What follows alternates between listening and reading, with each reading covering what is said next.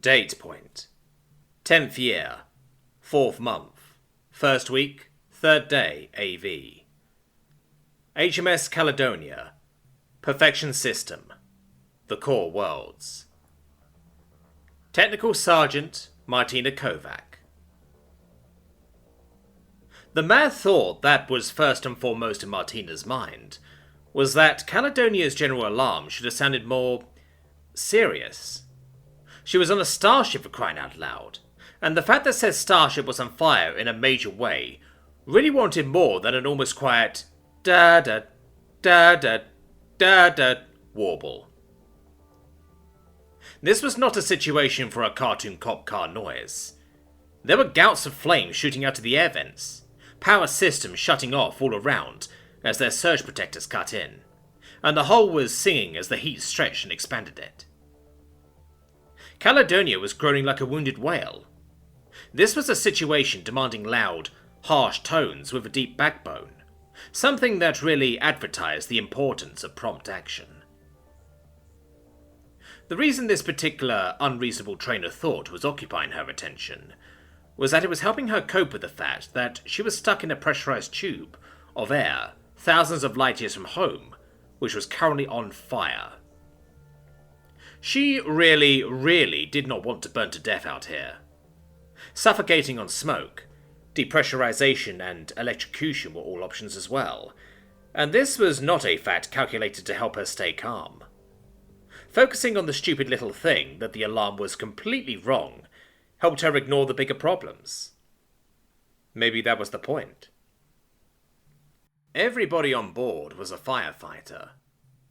Nobody was allowed to serve in any capacity on Caledonia without that training.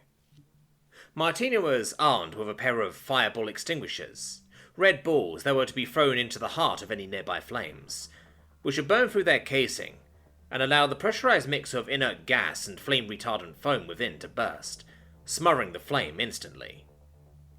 They worked well, and between her and the teams with a hose and some more conventional extinguishers, they were battling the flames back out of their station. She tried very hard indeed not to think too hard about the fact that the ventilation duct in the ceiling was glowing like barbecue coals. It was part of a long list of things she was not thinking about, including the fact that Caledonia's capacitors contained enough stored energy that if they discharged uncontrollably, then everybody on board would be dead in an instant. Whether they died from gigavolts of electricity arcing uncontrollably between the bulkheads like the ultimate bug zapper, or from the whole cap array detonating with all the violence of a nuke, well, that would be academic. Not thinking about that one was made very difficult every time the lights flickered. So instead she focused on the little things, like doing her job, or that fucking alarm. There was a cry of, "Left side!" from Petty Officer Taylor. Why was immediately obvious. Sparking electrical apparatus, one of the power lockers feeding into the hangar's huge force field arrays.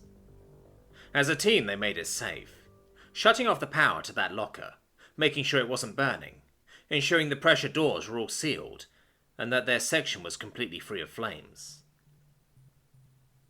The last of the fire was contained by closing the life support vent. The air inside would still be superheated, and the air in starboard bay was going to be stale, smoky, and hot for a long time.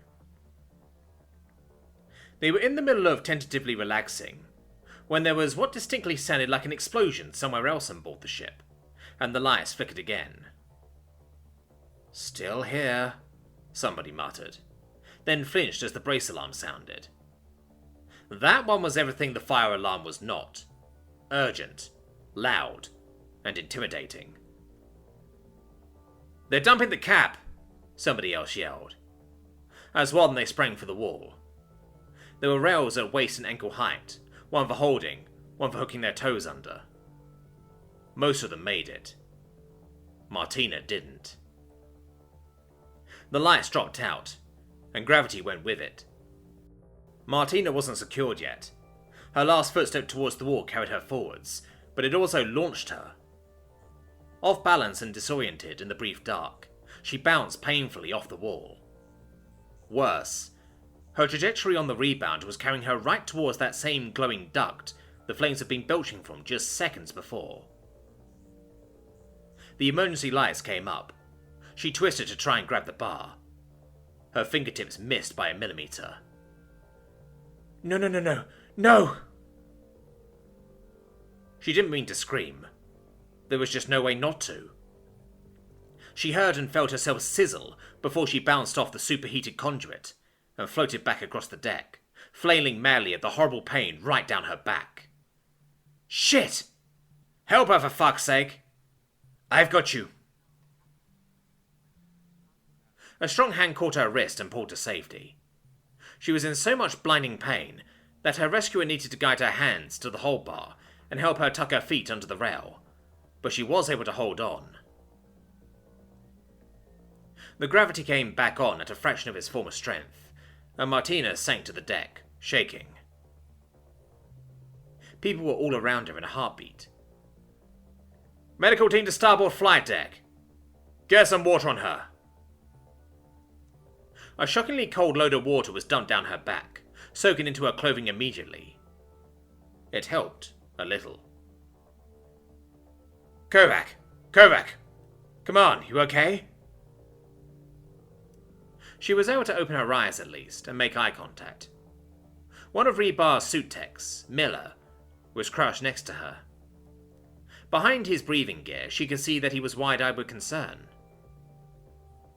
How did words go again? She tried to say anything, but what came out was a kind of childish cry instead, as her clothing weighed agonizingly against the burn. Okay, it's okay. If it hurts, it means it's only partial, Miller reassured her. Martina shut her eyes again and took a few deep breaths, as much as her fire mask would let her. God damn it, that doesn't help, she managed. Hey, that's good too. Talking is good. Miller sounded thoroughly relieved. Gotta get the burnt clothes off, Kovac, somebody else said. Martina put her head down and nodded by way of assent. Removing burnt clothing was part of their burn treatment training. She'd never foreseen being on the receiving end, but... She felt the safety blade rip downwards from her collar, opening the back of her clothing from neck to knee. The tug of the wet cloth and her wound's exposure to the hot, dry air of the ship combined so that the pain came right back, just as intense as before. All she could do was kneel there, gripping the bar so tight she'd swear it was creaking, and cry. Shh, it's okay, it's okay. Let's get some more water on this. More blessedly cold water was poured down her back, and somebody put a foil blanket round her. The frigid liquid damped the pain, but now she was shivering and cold into the bargain. How bad is it? She asked, once she felt able. You've got a small full-thickness patch, but it's mostly just blisters, Miller assessed. You okay? This really, really, really fucking hurts. Martina didn't like how the last word came out as a sob. She wasn't a little girl, fuck damn it. She was one of the SOAR's senior non-commissioned officers. Crying over pain was beneath her. If only the rest of her would listen to that thought. You're holding together great, Miller told her, reading her mind and gently prying her hand off the bar so he could hold it. Even through their thick firefighting gloves, the reassuring squeeze helped. There was a bustling noise from nearby, medics and a litter. Okay, burn. Mechanism? Contact with hot metal. She fell into it when the gravity went, Miller reported. Sergeant, are you okay? Martina knew that he'd want to hear her voice, so he could assess her for a burn on her vocal cords, so she made an effort to speak rather than just shake her head. I'll be honest, she managed. I'm not great. Okay, let's get you moved. Here we go. Gently, Hans helped her onto the litter. Somehow she managed to avoid vocalizing more than a kind of shocked inhalation when another flare of agony rippled down her back. Okay, okay. You're doing great. Martina found something about that assertion funny. Maybe it was the adrenaline. Maybe it was that or keep crying like a little girl. Yay. Ugh. She wound up in the recovery position on the litter, draped onto the blanket. One of the medics shone a light in her face quickly, and apparently found nothing alarming. There was a hoist, and she was up and being carried. Atta girl. Let's get you to the doctor. Has the ship stopped being on fire yet? Martina asked. That seems kind of important. Yeah, it's out, somebody replied. Cool. Great. The trip to the hospital was just across the beam of the ship. Not far at all. She wasn't alone, though most of the wounded coming in were walking, or at least leaning on their buddies. Triage! What do we got? Contact burn. Partial thickness with blistering about 9% TBSA, and a coin-sized patch of full thickness. No inhalation. Put her over there. Sergeant! Martina looked up as best she could, as one of the doctors knelt by her. It'll be a few minutes before we can take a proper look at you, he said, pulling a white stick out of its sterile packaging. Until then, this is pain relief. Open wide. Martina nodded and complied, and the doctor inserted it under her tongue. There we go. Are you comfortable? I go I'm gonna bear, Martina replied, as best she could with a stick under her tongue. Maybe it was the adrenaline, but the sound of her own voice made her giggle. What you? The doctor gave her a nod and stood up, leaving her to wait. Really, all they needed to do was give her the pain relief. There were some doses of Crew D left over in their locker in the starboard hangar, all dosed for mild workout and exhaustion among the operators. Adjusting for her own much lesser weight, each one was a more than adequate dose to fix her burns. She was just reflecting on her good fortune in having access to that stuff when there was shouting from the doorway, and a new litter arrived.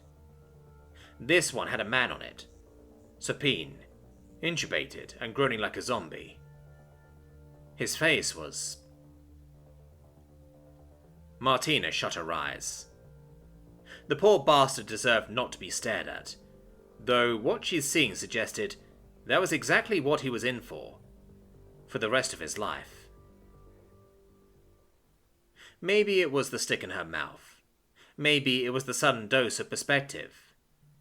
But all of a sudden, her own pain seemed very small and far away.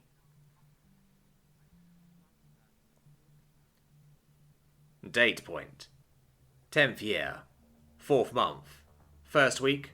3rd day. AV. HMS Caledonia. Perfection System. The Core Worlds. Chief Michael Ando. The air probably tasted of smoke, ozone and burnt material, some proportion of which was almost certainly human flesh. Chief Ando wouldn't know. He was on bottled oxygen, as were the rest of his team. That air was mostly argon and carbon monoxide anyway. Trying to breathe it would have killed them, and hurt the whole time they were dying. Still, they were alive. Reactor section chiefs in a military starship were an exclusive breed. There were only a total of 8, and all of them had the kind of academic education previously found only in scientific agencies like NASA and CERN. Ando and his counterpart on HMS Myrmidon in particular had to occupy the very top of that select group because their charges, unlike the 6 V-class destroyers, were hybrids, advanced alien ships that had been gutted and extensively refitted with human equipment. Very little remained of the original systems, and what few there were had to interface with human hardware that used none of the same standards and protocols. Their lives were dominated by laws and equations, the most important of which was ancient, Newton's second law of motion. Force is equal to mass times acceleration.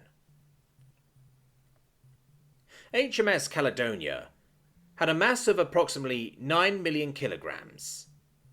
She was equipped with hyper-efficient, alien-made kinetic thrusters that could translate electrical energy almost directly into kinetic energy via quantum mechanical processes so arcane and so completely unintuitive to human sensibilities that all of the Jet Propulsion Lab's devoted efforts had made little headway on understanding exactly how they worked. But ultra-advanced, impenetrable, almost magic engines still had to deal with realities like F equals ma, and to get any kind of a respectable A out of an M that large required an enormous F Cali between the Atlassian strength of her spinal structural keel and a reinforcing series of internal force fields was well equipped to handle that force, which just left the question of energy. Thermodynamics dictated that increasing the kinetic energy of an object by any amount required, at a minimum, the insertion of a slightly larger amount of energy. This was governed by another classic Newtonian equation. Kinetic energy is equal to half the mass of the object times the square of its velocity. Given a mass of 9 million kilograms, adding a stately 10 meters per second to the ship every second demanded roughly 450 megawatts. Accounting for inefficiency, loss, and power to necessary systems such as, say, life support, catalyst-free reactors, bleeding-edge fusion things that had been purely speculative in the pre-contact world, between them, produced just about enough to let her pull 3 Gs if power was diverted from non-essential systems. Allied strategic intelligence had surmised from what they could glean of Dominion, Alliance and Hunter vessels that this was perfectly adequate for a competitive warship, but of course what was really desired was an edge. Say, double or triple that rate of acceleration when needed. Hence the ultracapacitors. These were human-built, and while the technology had been derived from alien salvage, this time its principles were well understood, and had even been refined upon. Much of the ship's sparse space and cargo capacity had been given over to them, and to the immense power buses that could shunt gigawatts of power, and then some. There was a certain movie quote that was forbidden on Chief Ando's deck, on pain of motivation, to the kinetic thrusters, the warp engine, and the force-field emitters on the hull, as the CIC and the bridge demanded. And all of that was without accounting for waste heat and inefficiency. The energies involved in waste heat alone were somewhere in the same general order as one of the war-ending nukes of 1945, every half an hour. Caledonia, in short, was a finely tuned and high-strung Frankensteinian terror whose engineering team wrestled daily with a seething electrical demon that wanted nothing more than to lash out, burn through its surroundings, destroy lives, and scorch whatever it could touch. There was a reason that literally everybody on board pulled double duty as a fireman. If not, they might have been lost with all hands today. Things had run that close. There was a sickened sound from able seaman Wilkes. Ah, fuck. I think I just found Kendrick. Ando grimaced inside his mask. You're sure it's Kendrick? There was a note of belly-restrained nauseous hysteria in Wilkes' voice. He looks a bit different right now, Chief. Ando could imagine. He still had vivid memories of the first time he'd seen a half-burnt corpse. Okay, go get some clean air, sort yourself out, he told the young man, not unkindly. Last thing they needed right now was Wilkes vomiting inside his mask. Yes, Chief. That leaves 2. Ando glanced at the XO. Lieutenant Commander McDaniel looked just as pale and grim behind her mask as Wilkes must be feeling, but she was composed. She turned aside to let Wilkes pass, then inspected the twisted thing that had once been one of Ando's team. It helped to think of it as an object, rather than dwell too much on the vibrant, intelligent engineer who had once lived in it. Evans and Patel would have been further back near the safety locker, Ando observed. Here's hoping, McDaniel commented. I assume this bank's a write-off? Not necessarily. Ando ran a practiced eye over the damage. In fact, it looks a lot worse than it is. The insulating foam held up well enough. I wouldn't trust anything aft of here. He gestured towards the 5th rack of capacitors.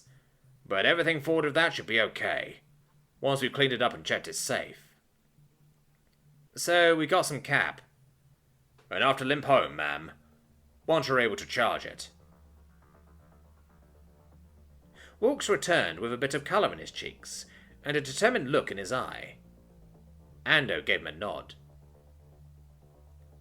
They picked their way past the unfortunate Kendrick's remains, and Ando just had to exhale relief when he saw a happy green light shining bright through the smoke haze.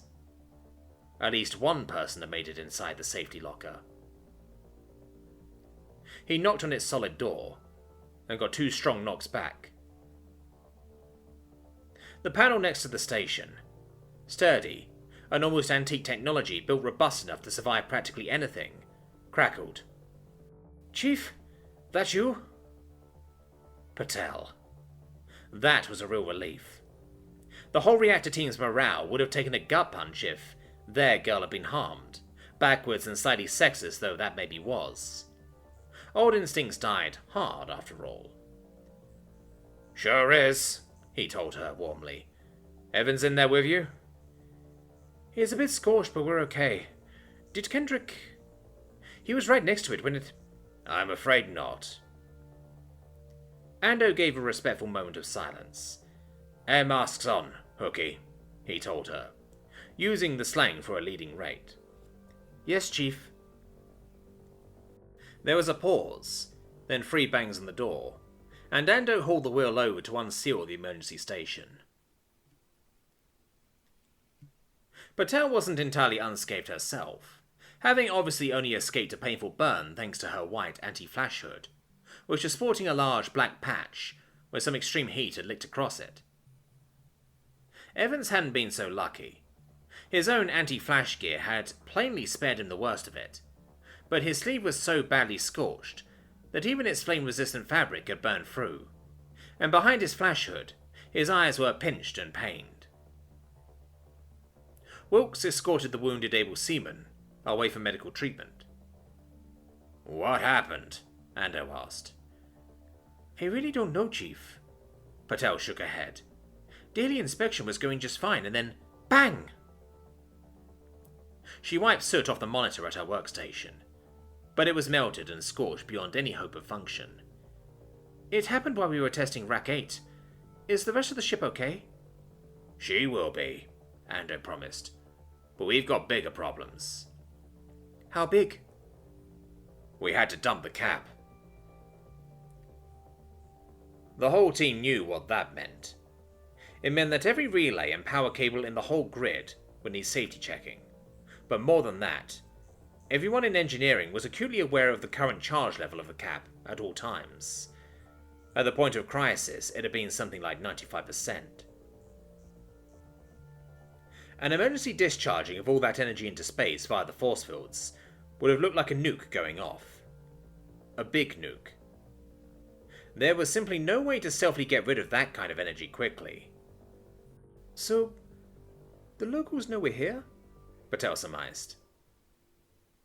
McDaniel, who'd been recording her account for later analysis, nodded and tucked her tablet away, under her armpit. Oh yes, she agreed. They know. Date point.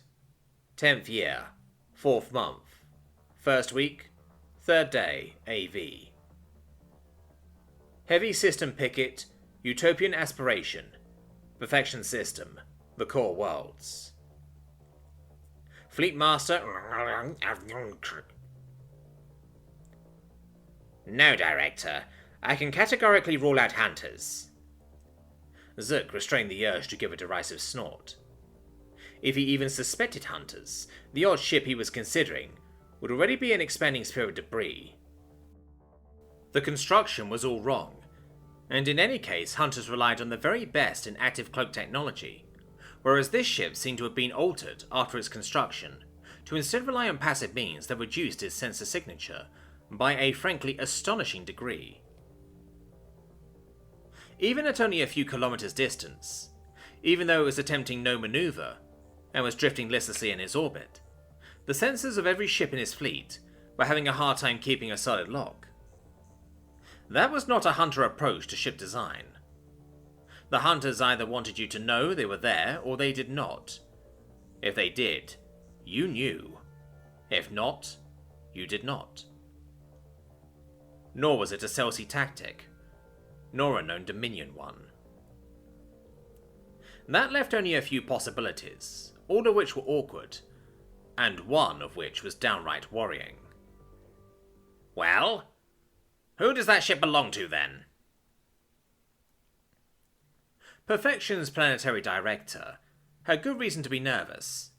His predecessor had ceded the position to him in the aftermath of an attack by the so-called human disaster that had caused massive disruption, and Director Luz's position was maintained on the promise to Perfection's citizens, and, more importantly, its corporations alike, that the security and protection of the system would take top priority.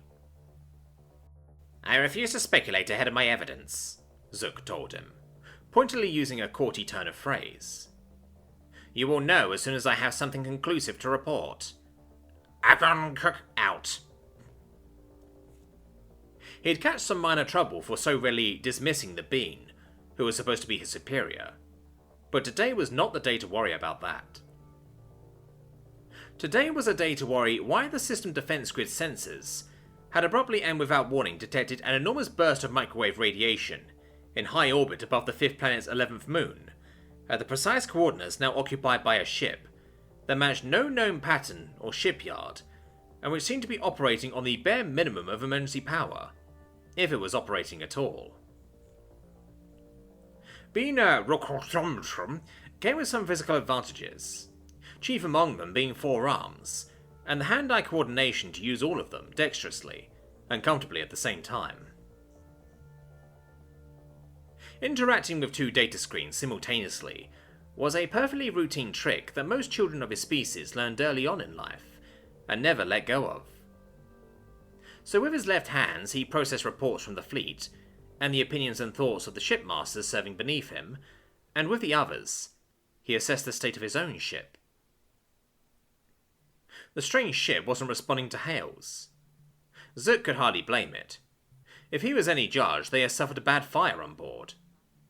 Plenty of the telltale signs were there. Not least was a small but noticeable increase in the local gas density. Vented atmosphere. Not the ideal way to rescue a section, but undoubtedly effective. The aftermath of that would be taking stock of the wounded and dead. A thorough assessment of ship's systems to ensure that the fire wouldn't spring up again the second they relaxed, and preliminary repair work. Fires were serious. One of his data screens flagged some new data for his information, and Zook bowed his head upon reading it. A gesture of resignation and trepidation. It was strong supporting evidence for his downright worrying scenario. Humans had been spotted on Perfection. Date point: 10th year, 4th month, 1st week, 3rd day AV. HMS Caledonia, Perfection System. The Core Worlds. Chief Michael Ando. Seeing Captain Bethini without his trademark turban was a sure sign of things having gone badly tits up in the recent past, and things looked set to remain that way for the foreseeable future. They were still at quarters, and anti-flash gear was a great equalizer that brought Sikh, Christian, and atheist alike together under a thick layer of Nomex. It also made the captain's expression unreadable as he listened. McDaniel's tally of the wounded, About a third of the crew was suffering from an assortment of injuries in the form of burns, heat exhaustion, and smoke inhalation, plus one able seaman who managed to concuss himself scrambling up the stairs.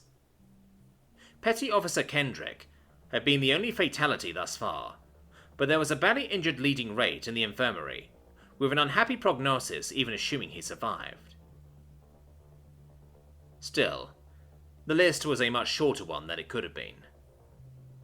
There had been a hairy moment on C deck aft, where, if not for the vacuum lockers and an emergency vent, they might have lost 10 ratings and the MCM.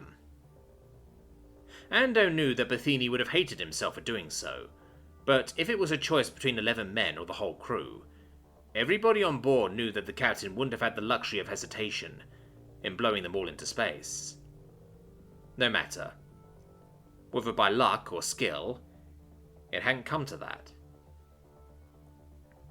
The butcher's bill on Callie herself was worse, all things considered.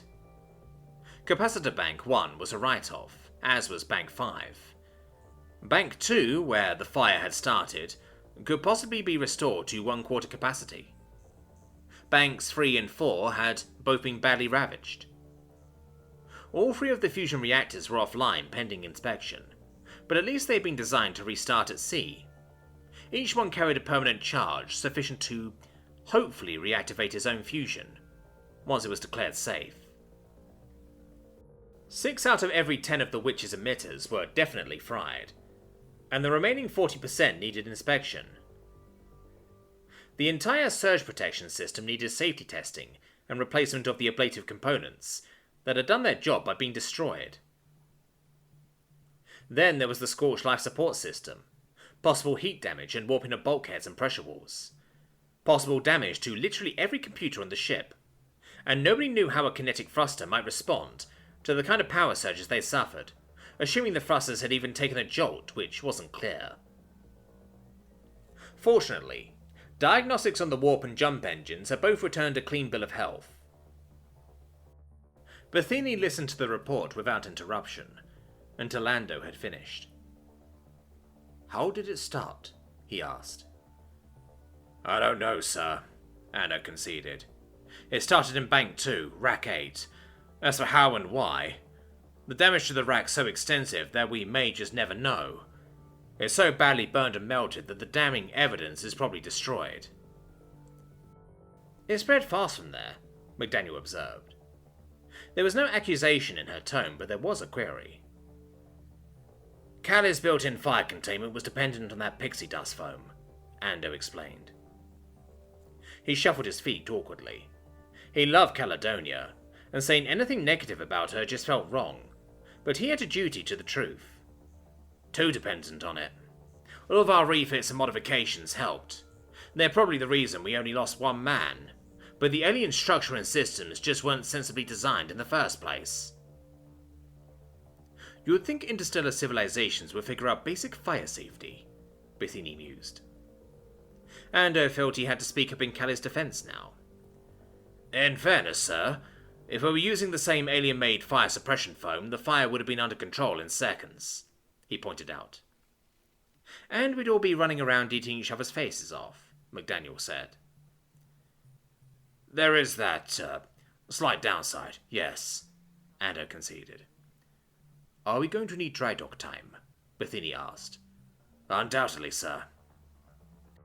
"Then the question of how to properly harden this ship against this happening again can wait. For now you need to work your magic, Chief.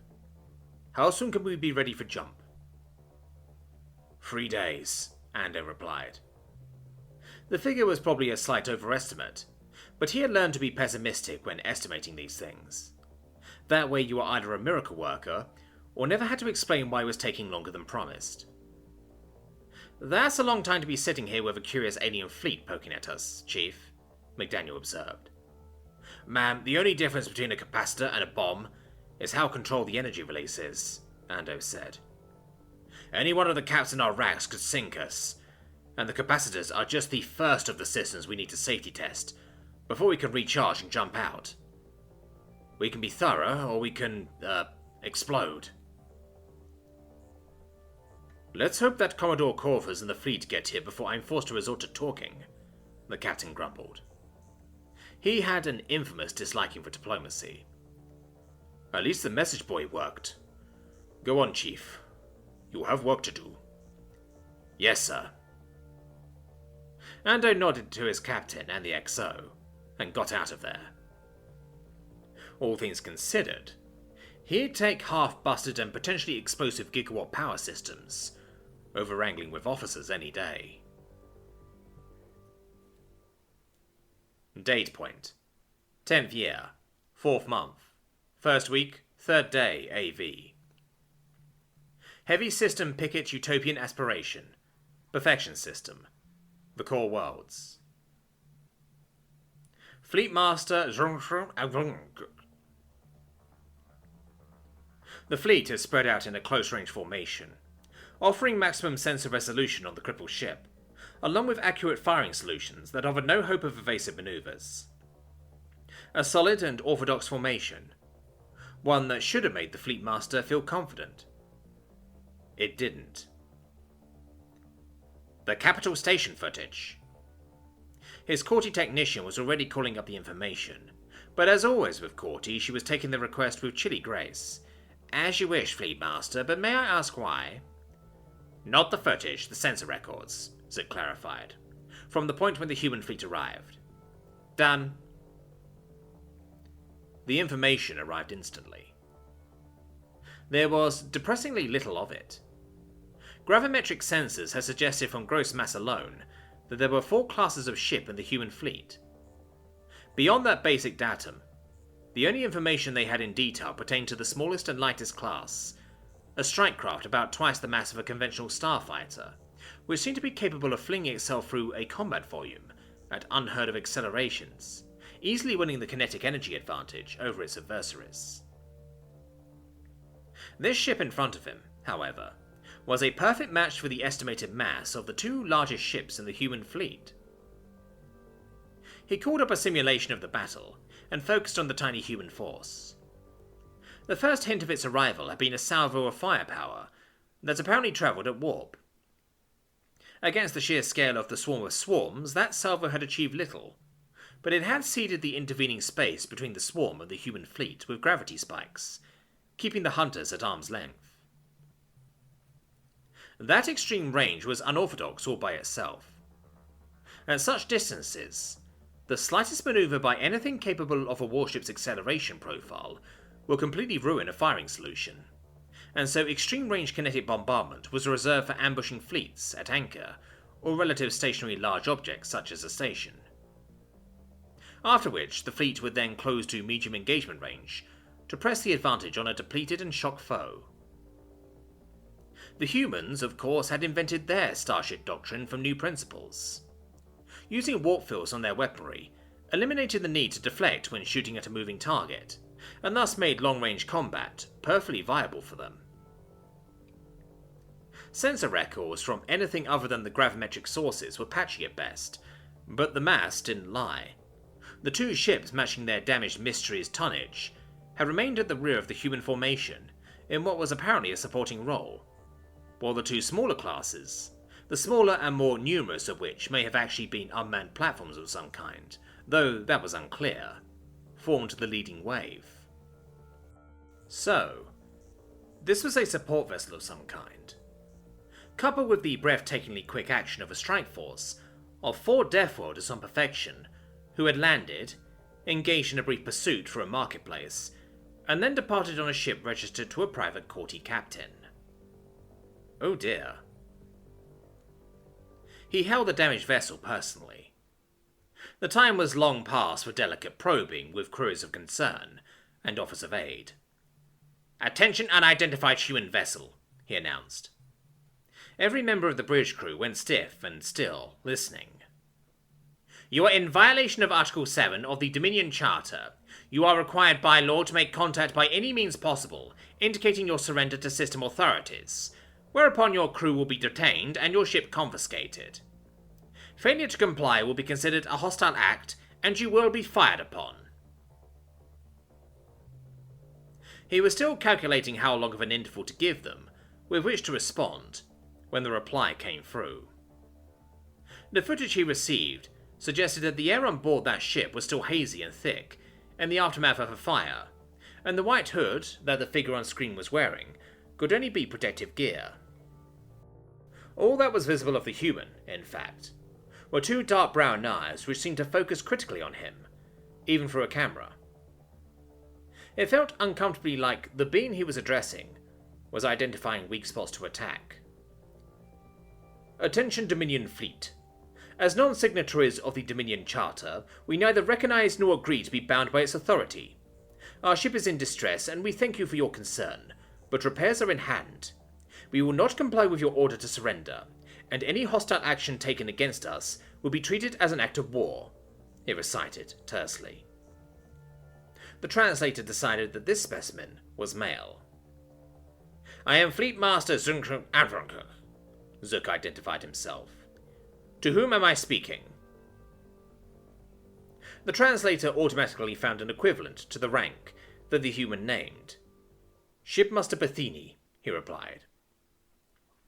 Shipmaster, your species are automatic associate members of the Dominion, by dint of your status as a sapient spacefaring civilization, Zook reminded him. The Charter is automatically binding to all species. We do not recognize the validity of a legal system which enforces laws that have not been consented to, Bethini replied. I repeat, we will not comply with your demand to surrender. Our ship is not capable of taking hostile action, and our destruction would constitute murder. Listen here, Zook began, but the human cut comms. A Vistic comms tech raised a hand. Fleet Master? Zook turned. Prepare to fire a warning volley. Repeat our ultimatum. Sir, the comms tech insisted, urgently. There is a fleet coming in at rapid warp. Zook turned to his operations screen. Sure enough, there was a bow wave of distorted spacetime coming in. The gross mass of the incoming fleet was not high, but its velocity was unbelievable. Either every one of them was armed with a Corti steel drive, or they had immense power plants relative to their mass. General quarters, he announced. Fleet to starburst away from the human ship at best speed, holding at maximum optimal range. The fleet spread out like a firework going off, pulse warping in straight lines directly away from the stricken human ship, and coming to a relative stop again as a spherical shell, some 10 kilometers thick, with a 500-kilometer radius. The approaching fleet slowed, and stopped nearly 500,000 kilometers away, far outside of the effective range of any gun in Zook's fleet. The information he gleaned from Capital Station came to the forefront of the Fleet Master's mind. With their warp-capable weapons, the humans would not feel any disadvantage from the range at all, and already the 5 ships that had snapped back into the battle space's inertial frame of reference were multiplying. 7 ships became 43 almost as soon as they were subluminal. 6 motherships, 1 support vessel of nigh identical tonnage to the damaged one, and 36 child ships. Not a one of them was easy to get a lock on. Their icons in his overlay were blinking, meaning that they represented only the probable location of a ship, to within a margin of error of some 50 kilometers. Useless for targeting purposes. Withdraw 4/5 of the fleet, he commanded. Half to rally on the far side of that moon. The other half to enter an orbit at warp, and await further instructions.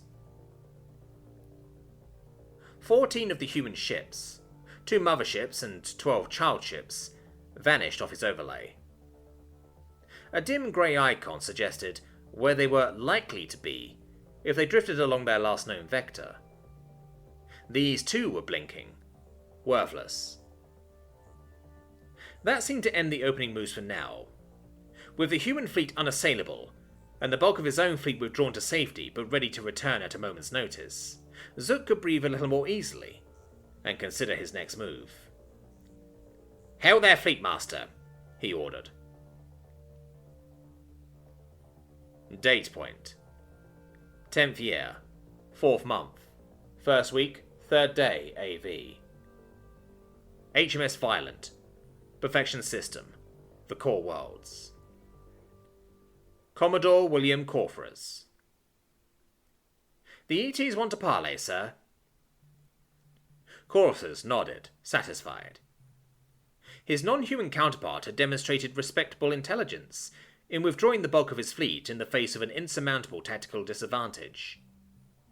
What was left behind was still entirely capable of obliterating Caledonia if so ordered, however. Ordinarily, he would have let the alien sweat for a few seconds, but this was too important. "Accept the hail," he agreed. Calculating, he removed his own flash hood. This was not a situation for facelessness, and he could put it back on quickly enough. He was greeted with the face of a Rukruntrum, one that was verging on being elderly, if he was any judge. It had a certain sagging quality to the skin around his eyes. "I am Fleet Master Tshirt." The translator rendered the Fleet Master with a male voice. Corythus nodded respect. "I am..." He paused, tasting the unfamiliar title. "Fleet Master William Corythus. I must ask you to please withdraw the remainder of your fleet from threatening our ship." "That ship is in violation of the Dominion Charter," the alien replied. "I am bound by law to treat it as a pirate. I must either seize it and arrest its crew, or else destroy it." "Allow me to be clear," Corythus warned. "Any hostile act towards HMS Caledonia will be met with force." There was a pause of some 3 seconds or so, brought on by light lag. The alien's reply surprised him. "Are you saying that this ship is not a pirate vessel, Fleet Master? Is it perhaps present on a mission authorized by your species' government?" His counterpart was a shrewd bugger, at least. He was offering Corythus a way out. If Corythus confirmed that Caledonia was present on an authorized mission, then that would negate the charter violation. Yes, it would be a diplomatic incident instead, but that really changed nothing. This already was a diplomatic incident. Besides, diplomatic incidents could be smoothed over, relationships repaired and bridges mended. Caledonia and her crew, meanwhile, were irreplaceable. Not to mention the security risks. With her power systems so badly damaged, there was no guarantee that the ship's computers could be properly sanitized, which could become a potentially catastrophic security leak if the ship was captured, or if an intact hard drive was recovered from its wreck. "Her mission was sanctioned by my government," he agreed. "Conditional on the recognition that there is no such thing as a unified human species government. We represent a faction." "Then your faction is in violation of Article 3 of the Charter," the ET declared. "Nevertheless, the rules of engagement permit me to grant you the right to effect repairs and quit the field." "My thanks," Corythus replied. "We shall patrol this volume to ensure that the situation does not escalate," his opposite number informed him. "The element remaining in this frame of reference will withdraw to a distance equivalent to your own. No element of either fleet shall approach the damaged ship without first informing the other fleet and securing acknowledgement. Acceptable?" "Acceptable," Corythus agreed. "Avanok out." Corythus sighed relief as the conversation ended. "I call that a win," he declared. Date point: 10th year, 4th month, 1st week, 3rd day AV. Heavy system picket, utopian aspiration, perfection system, the core worlds. Fleet Master Zook relaxed and nodded slowly. "We may consider ourselves victorious," he observed. "Withdraw the unfilled fleet element to a distance of 1 light ri." He watched, satisfied, as the ships obeyed. "May I ask how, Fleet Master?" The questioner was Mether, the shipmaster, whose job was to tend to the business of running the utopian aspiration, so that Zook's attention was free to focus on the larger scale. She was courty, which was a rarity. They usually disdain military pursuits as unworthy of a rational and inquiring mind. On the other hand, mastering a heavy system picket, and possibly the fleet one day, probably appealed to the courty ego. "Their fleet master just confessed to illegal military activity in a Dominion system, authorized by a legitimate species faction. Zook pressed the fingertips of his primary arms together confidently. A few re ago, we were facing the possibility of a battle that would undoubtedly have angered them, and I assume you saw how well they fared against the smaller swarms above Garden. Quite. Not a fight in our favor, Nefer agreed. I know I would prefer to live to old age, Zook agreed. Even if our superior gross mass might have carried the day, what little I know of human doctrine suggests that they will target the command first if they are able. That would be sensible, Nefer agreed. It's what I would do.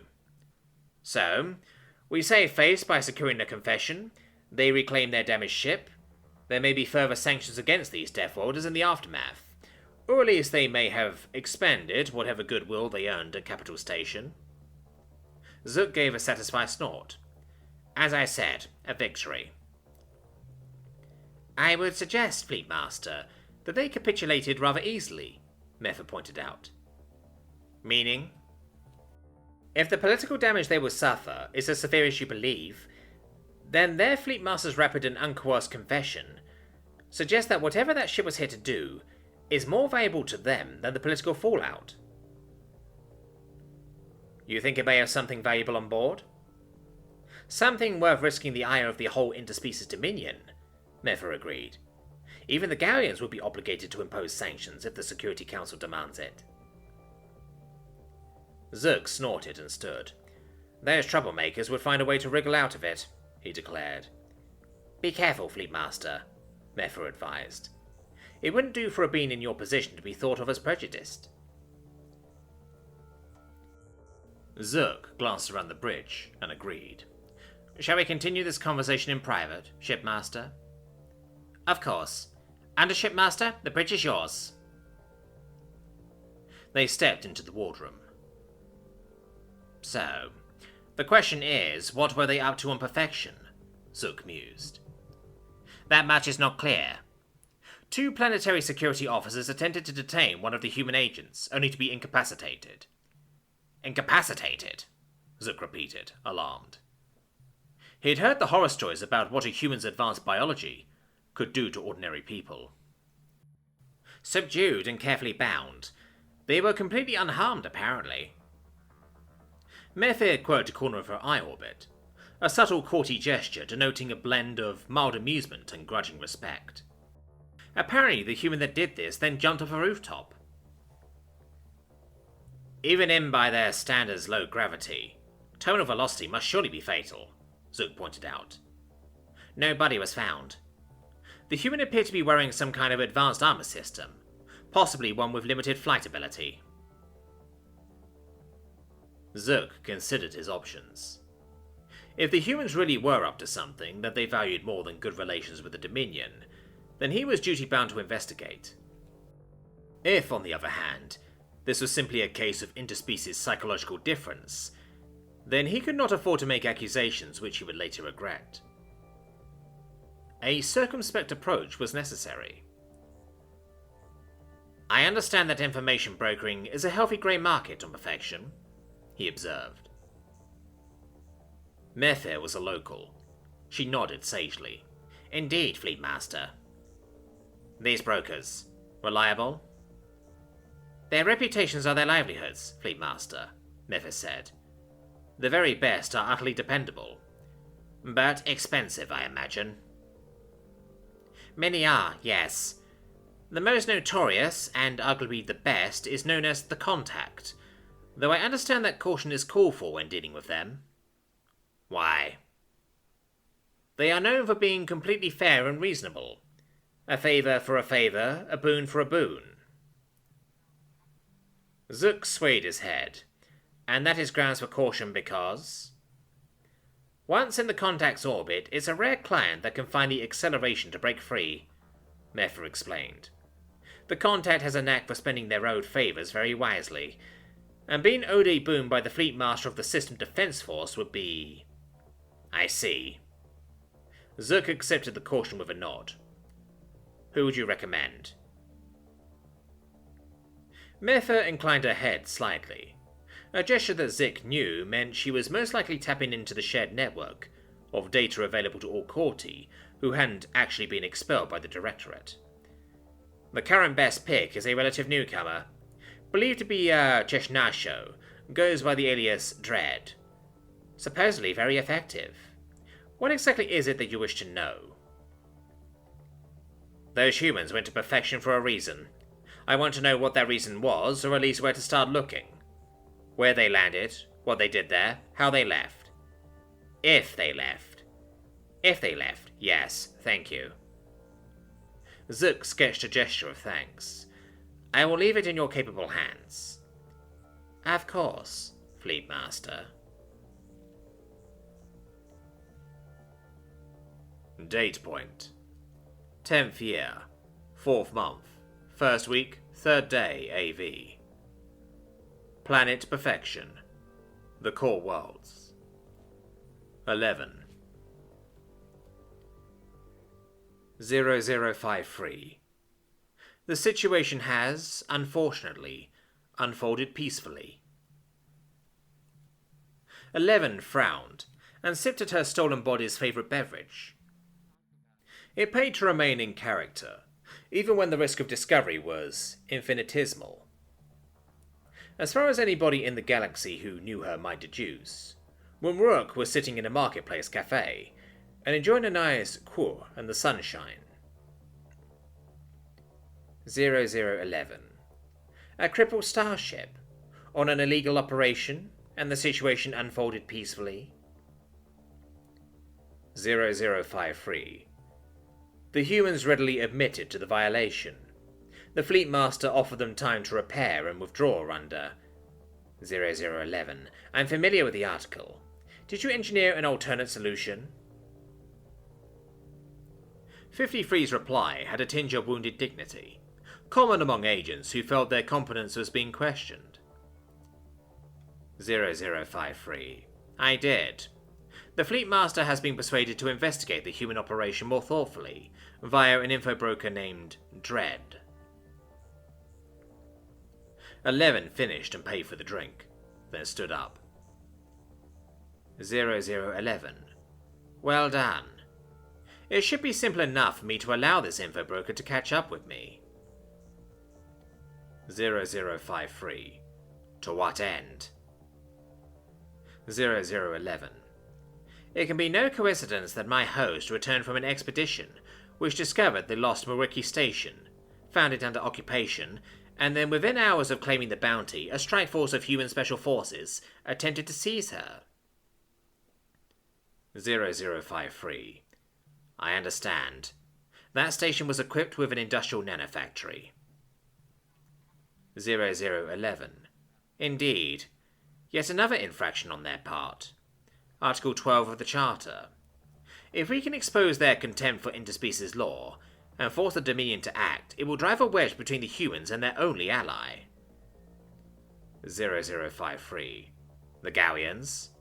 Fleet Master Avramrakuk is of the opinion that they will find some way to, in his words, wriggle out of it. 0011. Not even the Galleons can wriggle out of a Security Council directive. Not without violating the Charter themselves. 0053. And unlike the humans, they are Charter signatories and full members of the Security Council, rather than mere associate members. 11's satisfaction was translated onto Mumruk's face as a smug expression and a swagger in her step. 0053. How much detail should I give to this Dread? 11 accessed their file on that particular broker. Frustratingly, unlike most of the other major info brokers in Perfection's grey market, Dread was not, apparently, a user of cybernetics. The hierarchy's information on them was all but non-existent. That implied either a buffoon or fearsome competence, and Dread's reputation suggested the latter. 0011. Very little, I think. Detail.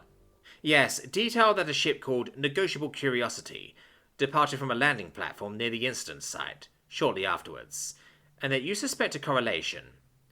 Let Dread do the rest. If their reputation is accurate, that should be all they need. 0053. And what will you be doing? 0011. The opposite of usual good practice. I'll be laying a trail. Date point. 10th year. 4th month. 1st week. 3rd day AV. HMS Caledonia. Perfection System. The Core Worlds. Chief Michael Ando. There was a snap, a flash, and an alarm squeak from under the third rack. Ando grabbed Patel's heel and hauled her out from under there sharpish as the catbank flashed and raged some more before the surge protectors finally got their act together and shut off the circuit. You okay? She lay on her dolly car for a second, clutching her multimeter to her chest, wide-eyed and hyperventilating, but managed to find a nod from somewhere. Yes, Chief. Rack free. Box J7 isn't safe. The shocked mood among the team evaporated with a minor laugh, which Ando led. Thank you, Hookie, he said dryly, then turned to Evans. Get our girl a cuppa, Abby. Patel sat up and shook herself off. Being petite and slender meant she always got the jobs which involved somebody wriggling into a tight space, a role she normally seemed perfectly happy with. Still, nobody could fail to be unsettled by having a megafarad capacitor spark angrily a few inches in front of their nose. Caledonia wouldn't have been a British warship without a ready supply of tea on hand. With his arm in a sling and wrapped in burn dressings and bandages, Evans wasn't much use for anything save fetching, messages, and keeping everybody hydrated, but he got out of the infirmary as quickly as the doctor would let him to lend his good hand to the repair effort. He made a surprisingly good cup of tea, considering he was having to work off-handed, and pretty soon Sassy Patel was nursing a warm cup of dark brown fragrant liquid. For any Brit, this was a panacea. Fire scour the ship? Copper. One of your colleagues burned alive? Copper. Malfunctioning ultracapacitor threatening to spit electrical death in your face? Sit down for a bit and have a nice brew. Ando, for his part, marked off the damaged cell on the control software, permanently killing power to that particular capacitor. At this rate, we'll be lucky to get above the red line, he grumbled, referring to the minimum threshold required for the ship to activate its jump engine and return to Simbrine. The only lower threshold was the black line, minimum life support. Patel sipped her tea. We'll get there. Racks 2 and 1 are hardly scorched. If either of them are okay, then we'll hit yellow. Damn it, Hookie, let me be pessimistic for once, Ando chuckled. She was right, of course, but it was his job to obsess over everything that could go wrong. Nuh-uh, Chief. She swigged back the drink in its entirety, lay back on her dolly, and hoisted herself back onto the capacitors. You don't get to bask in your doom and gloom on my watch. Your watch, Ando snorted. She wheeled herself back out from under the rack, long enough to give him a big, jocular grin, then vanished again. Tea. It could fix everything. Date point. 10th year. 4th month. 1st week, 3rd day, AV. Planet Perfection. The Core Worlds. Jum of the Exiled. Easily the most dull part of Jum's workday was the parade of sapient beings who, apparently lacking basic literacy skills, ignored the signs in 15 different languages, which directed them to the terminal kiosks, and thus kept darkening the front of his desk. Such was the life of a bounty broker, freelance contract agent, and general bringer-together of people. All Jum really provided was a room full of bulletin boards and kiosks, and the financial middle being services between contractor and contractee. Not deigning to acknowledge shadows on the far side of his desk was a habit by now. He just kept watching his fiction series, a truly awful Roquefort dramatization of the opening stages of the Robolin War, and politely informed the good being that had sought his attention that while he, Germ, was at present indisposed, their needs, whatever said needs might be, would most conveniently and expediently be processed via the digital proxies available in their immediate vicinity. The boards are to your left. A tablet was set down on the desk in a cybernetic hand. When he glanced at it, irritated, it had a simple message on it. Not boards. Must speak with you. Don't you speak? He asked the creature that owned that hand. This thing, a Cheshnasho, judging by his height, long legs and digitigrade bipedal stance, clearly valued its anonymity, as it was wearing a full-length cloak and rose with built-in privacy field generators that hazed it in darkness. There was an alarming but almost invisible hint of dull red eyes, glowing somewhere inside that hood. The tablet was picked up, tapped at and set down. No, it read. Don't or can't. This was not dignified with a reply. Instead, when the tablet was set down this time, it read, Quambro claimed a bounty here recently. Germ rasped an exasperated wing buzz, and turned to face the cloaked figure fully. Its height and garments were genuinely unnerving, but he wasn't about to let that show.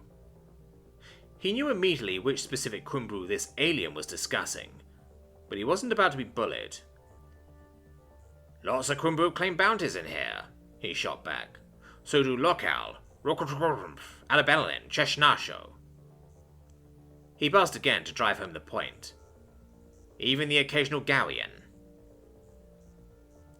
His desk hummed and alerted him to an incoming transaction of some 400 Dominion credits. One particular Quimbru does stand out, however, Drum continued smoothly. The tablet was lifted, tapped on, and replaced. Name. That is the one. Why does she stand out? She found Milwaukee Station. This revelation did not seem to impress. Jerome clacked his mandible irritably. You have heard of it? The tall figure did not react in any way, so Jerome fluttered his vestigial wing casings irritably, and did this creature the minor service of copying across the files on Muruki, along with every scrap of data he had on Muruki. The robed alien gathered his tablet and left without any thanks. Jerome was glad to watch it go. Date point. 10th year, 4th month, 1st week, 4th day AV.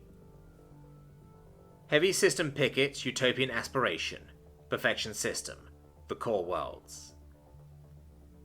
Fleet master, Jean-Cook Avnokuk. We are at a distinct tactical disadvantage.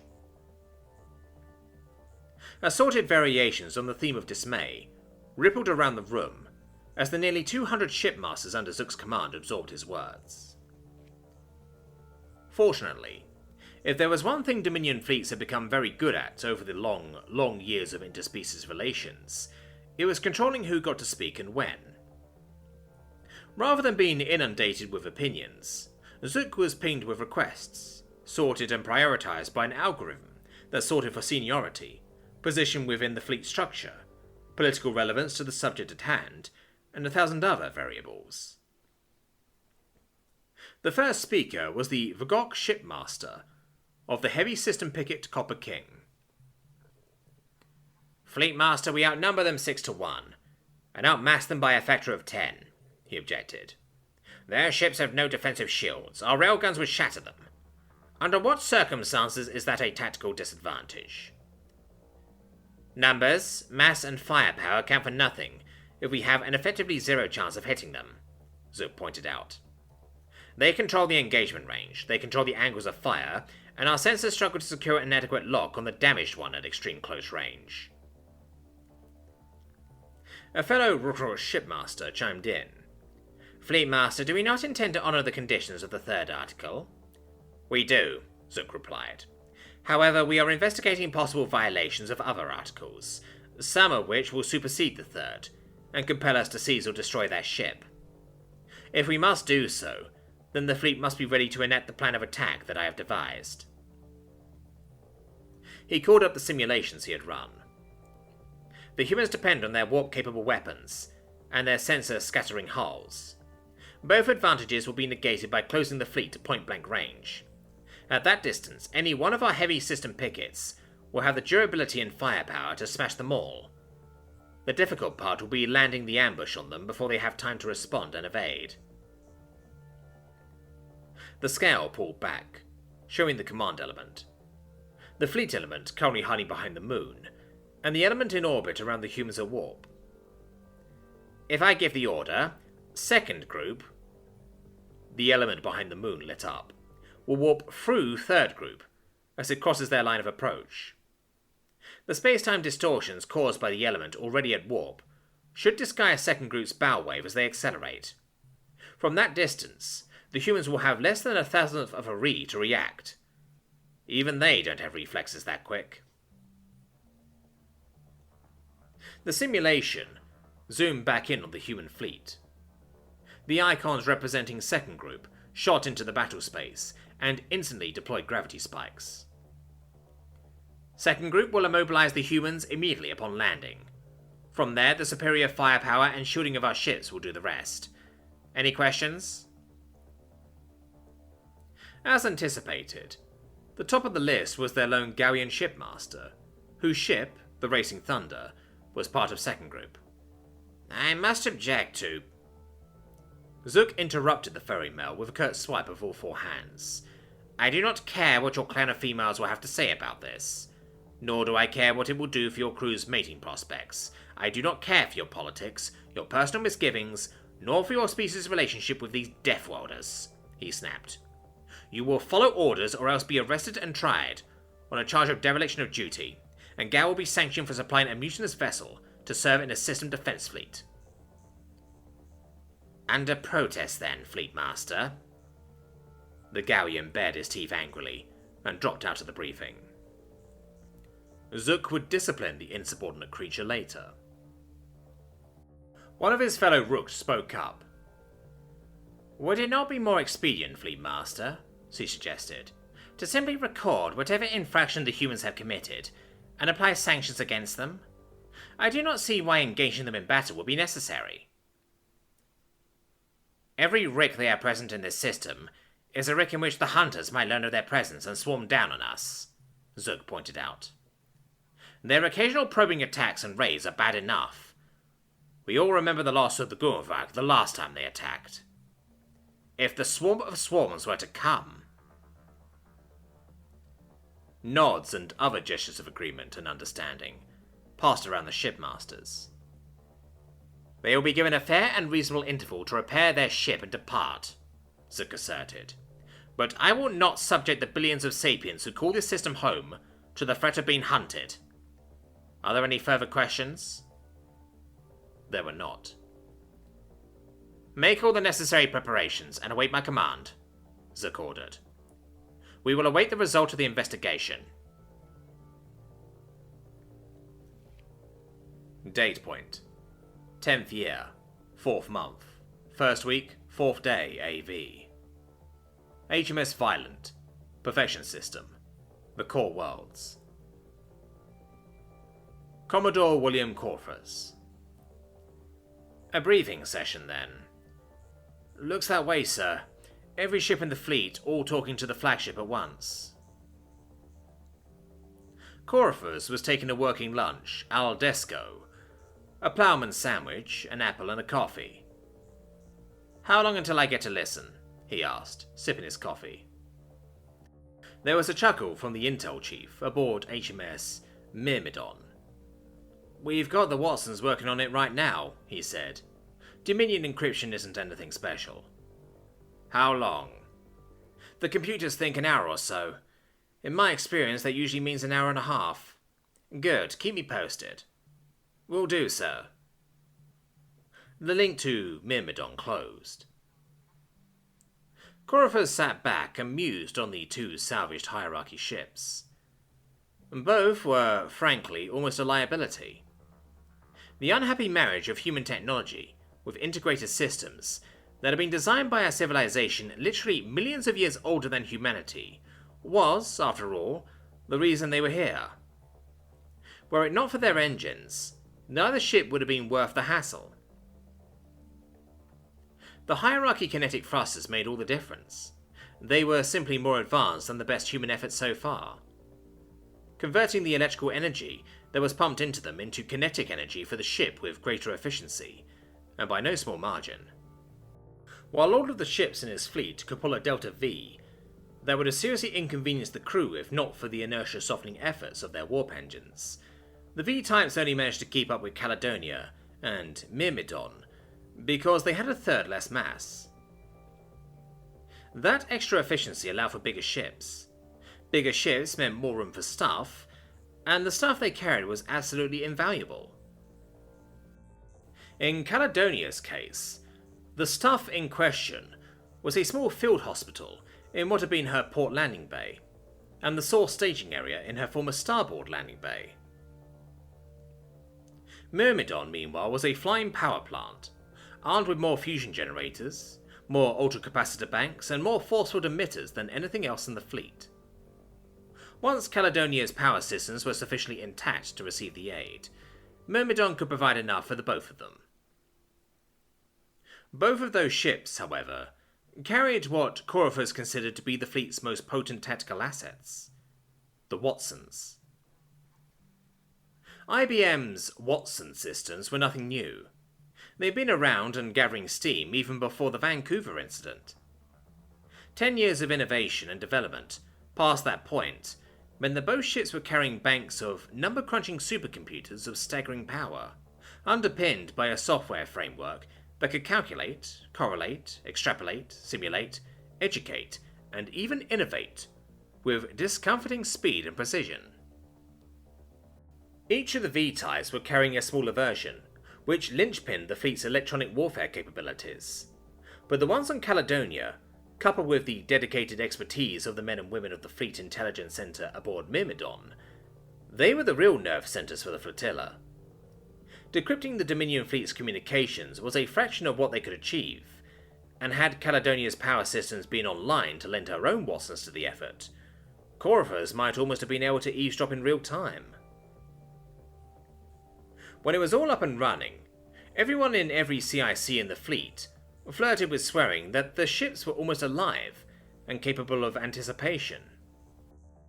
They weren't so much in charge of a ship's sensors, any more as they were having a conversation with a robust, distributed network of pattern-matching engines that effortlessly and dynamically switched between independent and synchronous operations thousands of times a second, sharing their datasets and dividing their workloads to comb the information they got from every ship, every Bulldog drone, every Firebird, and, when they were present, drones, satellites, and even the SAW's EV-mass sensors. Really, the only thing stopping him from being able to run several simulations of the possible battles that might unfold was the paucity of data regarding the capabilities of Dominion warships, and that would change if they got the chance to see them in action today. Every datum they recorded went into those computers, expanding and improving their store of knowledge. The more they had, the more they correlated. The more they correlated, the more useful they became. Eventually, maybe, he'd be able to turn to them for everything. For now, however, Coryphus had only his wits and experience to go on. His wits and experience were telling him that eavesdropping on that alien conversation couldn't possibly come soon enough. Date point: 10th year, 4th month, 1st week, 4th day AV. Starship, Negotiable Curiosity, Deep Space. Scott Blazinski. The outer wall vanishes in a hail of metal and glass shards, dragging them all with it. Scott wheels sickeningly in the black, all alone, as he begins the plunge towards the wall below. No control this time. No shields to protect him. No IVMAS. Just the fiery sky, licking the flesh off him, burning him away until there's nothing left but the fire, the rushing ground, and death. From the outside, he watches his buddy burning down from heaven, feels the stab of loss all over again. Horse's voice in the comms, slow and thick with grief, letting them all know their brother is dead. He stops running and leans on the tree. The pain is physical, sickening. As he fights back on it, the world fades until all he can hear is the rush of his own breath, sounding less like breathing and more like words. Bro. Scott's head snapped up as a startled shout aborted itself on the edges of his teeth. His brain needed a few seconds to catch up, during which time he hyperventilated, wondering where the hell he was or why somebody had a hand on his shoulder, saying, "Hey man, just a bad dream. Bad dream, that's all." His memory finally got its shit together. Titan was the only other guy on the team who knew the basics of piloting, so the two of them were working a 2-hour rotation in the chair, which really wasn't configured for a human's dimensions. They were coming up on 40 hours in the suit, and all 4 of them were feeling it, but the time in that chair was just making things worse. Scott was sore all over, sleeping restlessly if at all, hungry, worried for Caledonia and all her crew.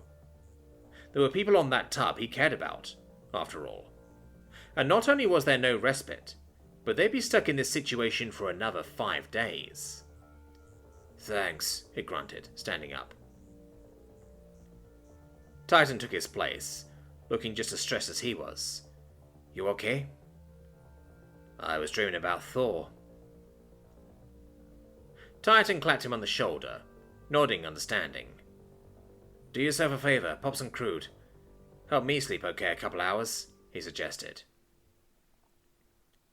Scott shook his head. "I've only got 10 shots left. I'll save them for when this shit really starts to get bad." He was handed one of the distinctive bright blue-green Crew D single-use injectors. "Here. Dude, this is your dose." Akiyama nodded. "It'll be fine. I've got 12 after this, and you'll need to rest. Take that fucking thing before I stick it in you myself." "Thanks, bro." Titan punched him affectionately in the arm and sat down. "Want to know the upside to this bitch?" "What?" "This is good training." Scott chuckled grimly and applied the injector to the port in his FMAS. There were no concerns about using the same injection site over and over again with Crew D. After all, the drug's entire purpose was healing. "Always the fucking optimist," he observed. "Somebody's gotta be." Akiyama wriggled to try and get comfortable in the improperly sized seat. "Ain't optimism if it's true, though.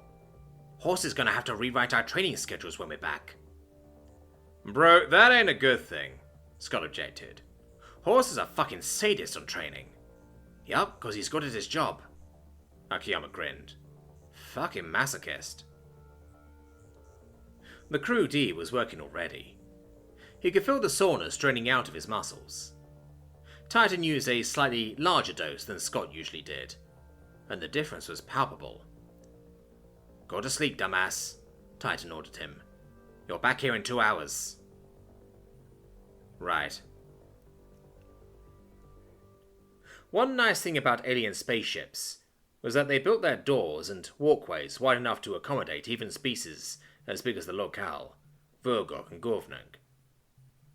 The Saw were used to turning slightly to comfortably traverse doorways, especially in the cramped and narrow layout of HMS Shaman.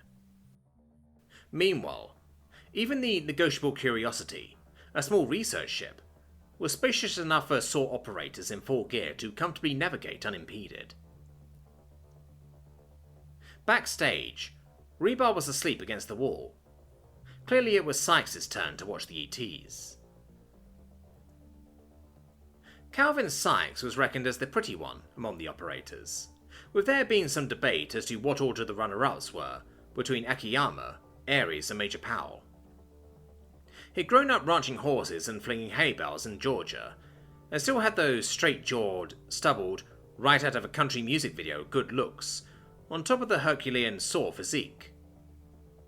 He was also their combat camera and drone operator, and for lack of anything better to do, he was tinkering with their flycatcher UAV when Blazinski entered. "That thing ain't busted, is it?" Scott asked him. "Nah, trying to set it up as an alarm so it'll warn us if the ETs leave their rooms," Sykes replied. He looked up and shrugged. "Something to do. Shouldn't you be sleeping?" "Dude, you're worse than old Lady Yakiyama in there," Scott grumbled. He lay down perpendicular to Rebar, and used the sleeping man's chest for a pillow. "At least he gave me a fucking chance before he started nagging." "Heard that!" Titan called from up front. "Love you, bro," Scott called back, settling down. Rebar grumbled something, rolled over slightly and put an arm around him. This was nothing remotely unusual for Saw. In fact, it was exactly what Scott needed. He relaxed as best he could, considering he was wearing a full-body juice press, put his head down, and tried not to dream. Date point: 10th year, 4th month, 1st week, 4th day, AV. HMS Caledonia, Perfection System, The Core Worlds. Technical Sergeant Martina Kovac. Ow. Ow. You're lucky to be alive, Tech Sergeant. You can stop scrubbing now. Martina gritted her teeth, sucked air through her teeth, held her breath and let the nurse work. It was difficult. Painkillers and dressings be damned. When her burns were exposed to the air for the dressing change, it hurt. Not as bad as the first few minutes had been, but still more than enough. There we go. The nurse started layering new dressings onto the worst areas, her back and thighs. It's already showing progress. You'll have a scar, but it'll be a tale to tell the kids. Kovac just nodded, though she relaxed as soon as the worst of the burn was covered. Those bandages worked very well. The IV was annoying, but doctor's orders were doctor's orders. Unless you're planning to use that miracle drug of yours, the nurse added. I could, Martina agreed, though she was resting with her conscience versus her responsibilities. She had the authority to prescribe Crew D, but only to Saw, including herself and the suit techs. Knowing there was a man somewhere nearby, with God knew how much of his face burned off, made her reluctant, though.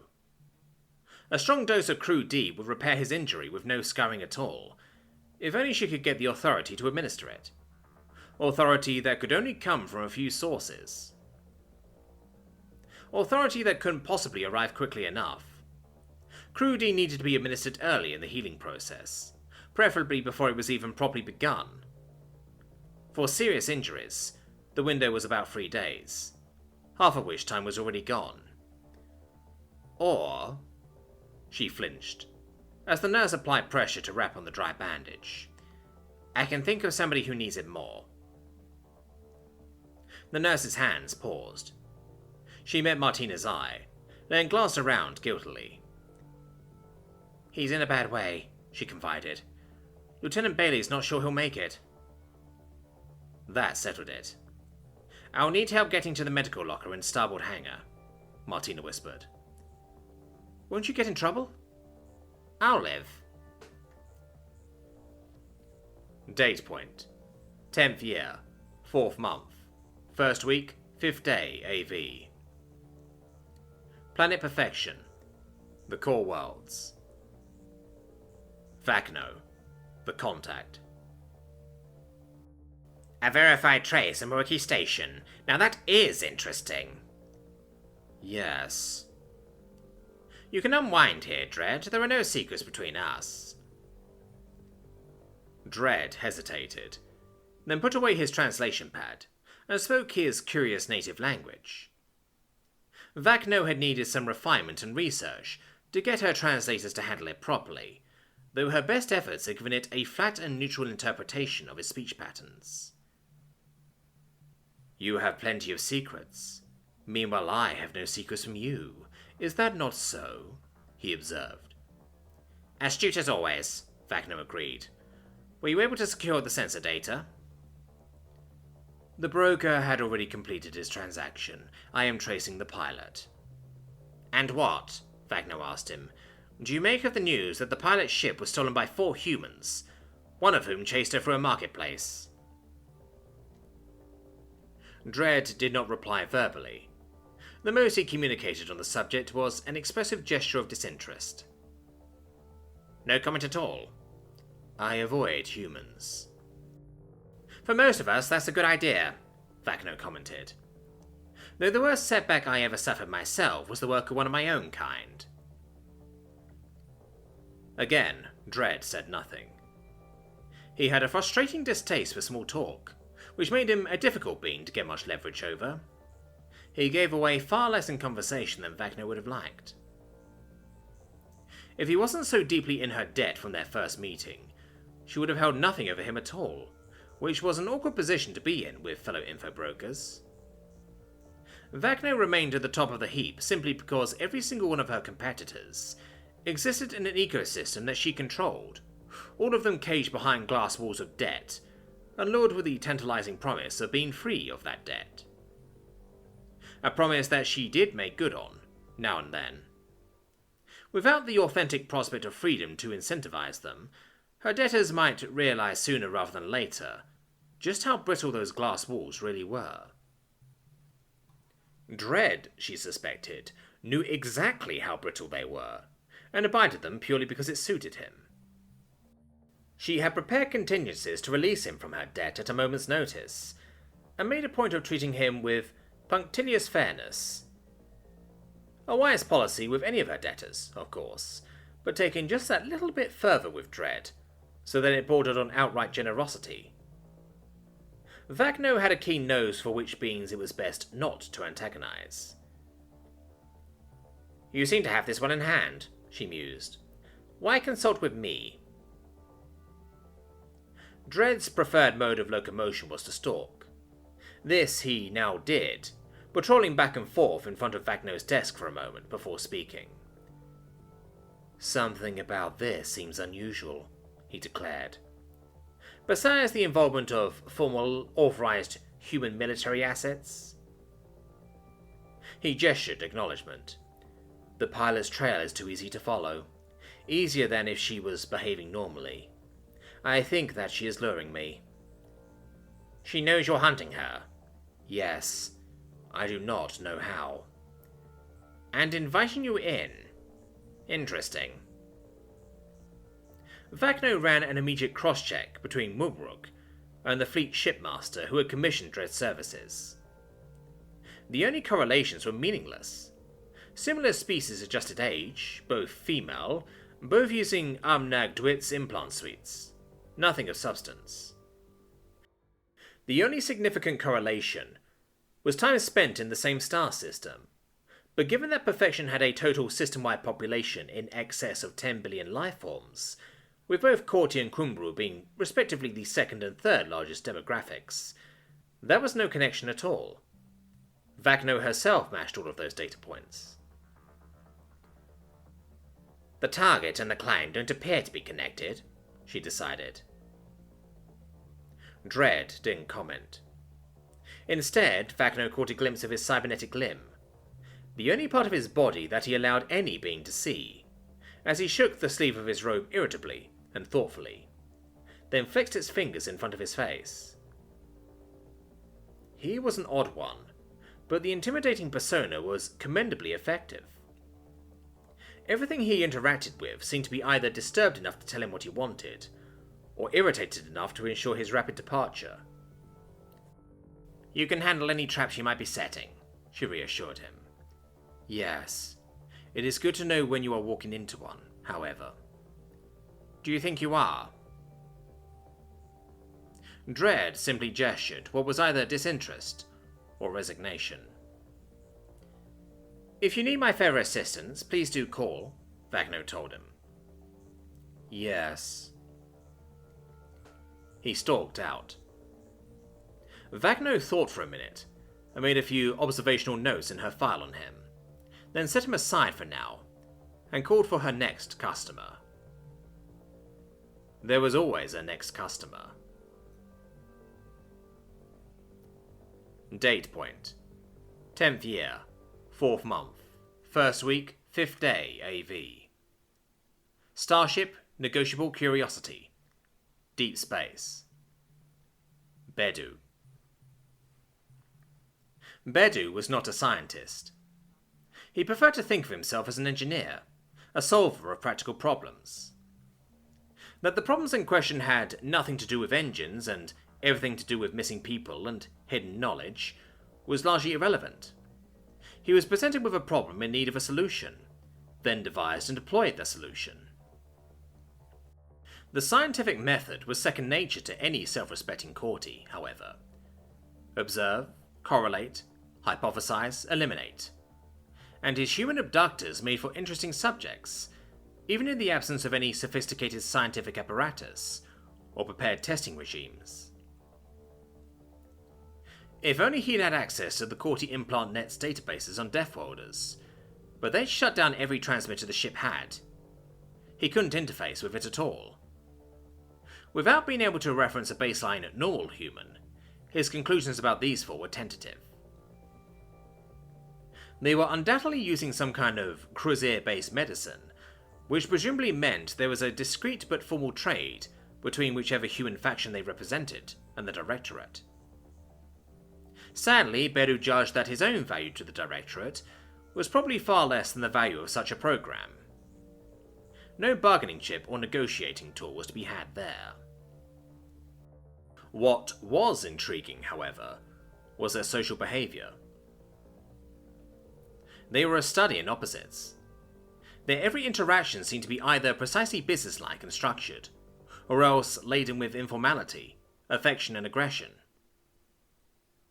Any of their more relaxed encounters always involved at least one of them being insulted, and yet grievous and unforgivable personal attacks seemed to amuse them, and be met in kind with ever broader smiles. Infuriatingly, whenever Bedu had tried to slip a veiled abuse past them, they had detected it, and, worse, had found it funny. Delightful, even. The very worst part, however, was that Bedu was beginning to find that he liked them. For the first time since he had purchased the Negotiable Curiosity, he found himself in the company of his intellectual peers. They controlled their conversations carefully in his presence, never giving away the details of how some of their equipment worked or what it could achieve, but were happy to discuss the function of others. The one called Starfall even partially disassembled his weapon for Bedu's entertainment, performing what he called a field strip, in which he carefully laid down the weapon's working parts. He explained each one's function as he meticulously inspected, cleaned and reassembled each component.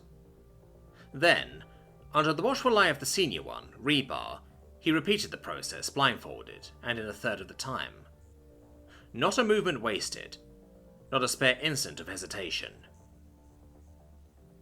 Over the course of the diurnal cycles following their capture, Bedu spoke with all of the humans in time.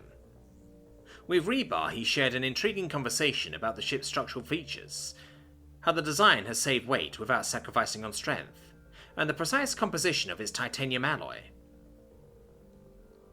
Titan enthused at length about Dominion user interface technology, and the implications in the near future for human consumer electronics, and especially what it would mean in conjunction with what he called predictive dynamic UX, whatever that was. It was Snapfire, however, who produced the most surprisingly enjoyable conversation. It wasn't a technical one at all. Apparently the technical details of his role and equipment were among the off-limits conversations, so instead, after some long awkward silences, he eventually did something that Bedu hadn't expected. "Hey, what's your home planet like?" he asked. Bedu blinked at him, assimilating the question. "What is Origin like?" he repeated. "Origin is Origin. The seat and home of the Courtie Directorate and 4 billion Courtie. What is Earth like?" "Beautiful," Snapfire replied promptly. Define beautiful, Bedu retorted. Beauty is subjective. Okay, well, is origin beautiful? Bedu considered the question. He never actually considered aesthetics in relation to the courty homeworld before. Yes, I suppose it is, he decided. Beauty isn't a subject I think about often. It's not encouraged. Snapfire inclined his head. So y'all don't have art? Of course we do, Bedu replied. He stood and retreated into his cabin, returning with his banner. His was a short one. He had no illustrious achievements, no scientific findings. He had broken no profitable deals, nor founded any successful corporate venture. The greatest achievement it recorded was that he was the master of a small private ship. This was admittedly quite the achievement, and put him a step above the rabble, but every courtier aspired to a banner that was as long as they were tall, if not longer. Without neural implant translators to provide an exact context for his gestures, Bedu found it difficult to read Snapfire's body language, but he guessed from the way he shifted his weight forward and inclined his head slightly that the human was intrigued. My record banner, Bedu explained, unfurling the green cloth for Snapfire to examine, though he didn't hand it over. At the top is my name, the date of my creation, the names of my genetic donors. Below that is a summary of their respective accomplishments and any important contributions made by their ancestral donors. Genetic donors? Can't wait to talk about your parents, Snapfire repined. That is all they ever were to me. I have never met them, Bedu explained. I was born from a gestation engine, raised in a creche and educated in a dormitory school. The only role they have ever played in my life was to donate the DNA that made me. He indicated the dense codes that detailed his academic and educational scores. Good, but not exceptional. I displayed an aptitude for an early interest in data correlation theory.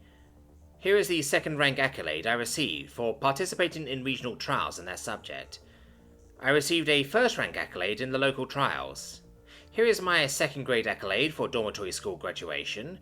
Here is my third-grade accolade for graduating higher education, though the silver circle next to it means that I was favoured with special mention from my direct educator. Snapfire seemed genuinely interested, so Bedu continued. Below that are my professional achievements. This ship and a few of the more notable bounties I have claimed, and commendations by my employers. And finally below that is a space where the accomplishments of my descendants would be summarised, if I had any. Snapfire scratched at the short hairs on his face. Is it art, though? He asked. Define art, Bedu replied, feeling that he was repeating himself. A lot of smarter people than me have wrestled with that one, Snapfire demurred, but he made an attempt. For me, though, I guess art doesn't have a purpose except to be art. I like your banner. It's interesting, it's pretty, but it has a job, right? It's not just there to just be art. Art is nothing more than decoration to you? Bedu asked. Snapfire frowned, sat back and scratched his head. Nah, it's more than that. If it doesn't serve a purpose and just is, then it is purely decorative, is it not? Bedu replied. Nah, Snapfire looked up at the ceiling and made a number of noises to himself that the translator decided were gibberish. It was a peculiar, thoughtful quirk. Think he's got you there, Snap, Rebar declared, having apparently been woken by the conversation. I ain't exactly the right man to talk to about this, Snapshot protested. Rebar nodded. You got that right. Hey. Brother, I've heard the kind of music you listen to. You wouldn't know artistic talent if it rammed a paintbrush up your ass. You were doing perfectly well, Bedu hastened to interject, before the usual boorish back and forth could resume. But consider, artistic creations are not the meaningless emergent artifacts of an unintelligent universe. They are made by a person. A star has no purpose except to be a star, but this banner? A painting? Music? Everything a sapient being creates is created for a purpose. even if that purpose is nothing more than amusement or decoration. Snapshot made a thoughtful sound. So you're saying art can't just be art for art's sake, it's gotta do something? He's right, Rebar said, after Bedu had imitated a nod for them. Hell, look at the Mona Lisa. That's a portrait of some dude's wife that he had done as a gift for her. And modern art's all about making a statement of some kind. Since when are you into modern art? Snapfire asked. Rebar frowned at him.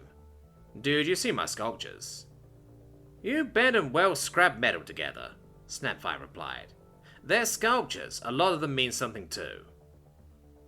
Snapfire blinked at him. They do? Fuck, bro. You're lucky I like you, cause now I'm actually offended. Despite being a quarter again as tall as Bedu, and only physics knew how many times heavier, Snapfire suddenly looked small. Sorry. There was a pause. Then Rebar exhaled through his nose, shook his head, and gave Snapfire a hug. Bedu tried to incorporate their behaviour into his tentative model of human, or at least these humans, psychology. It went something like this. There was a clear order of seniority among these four that was never challenged.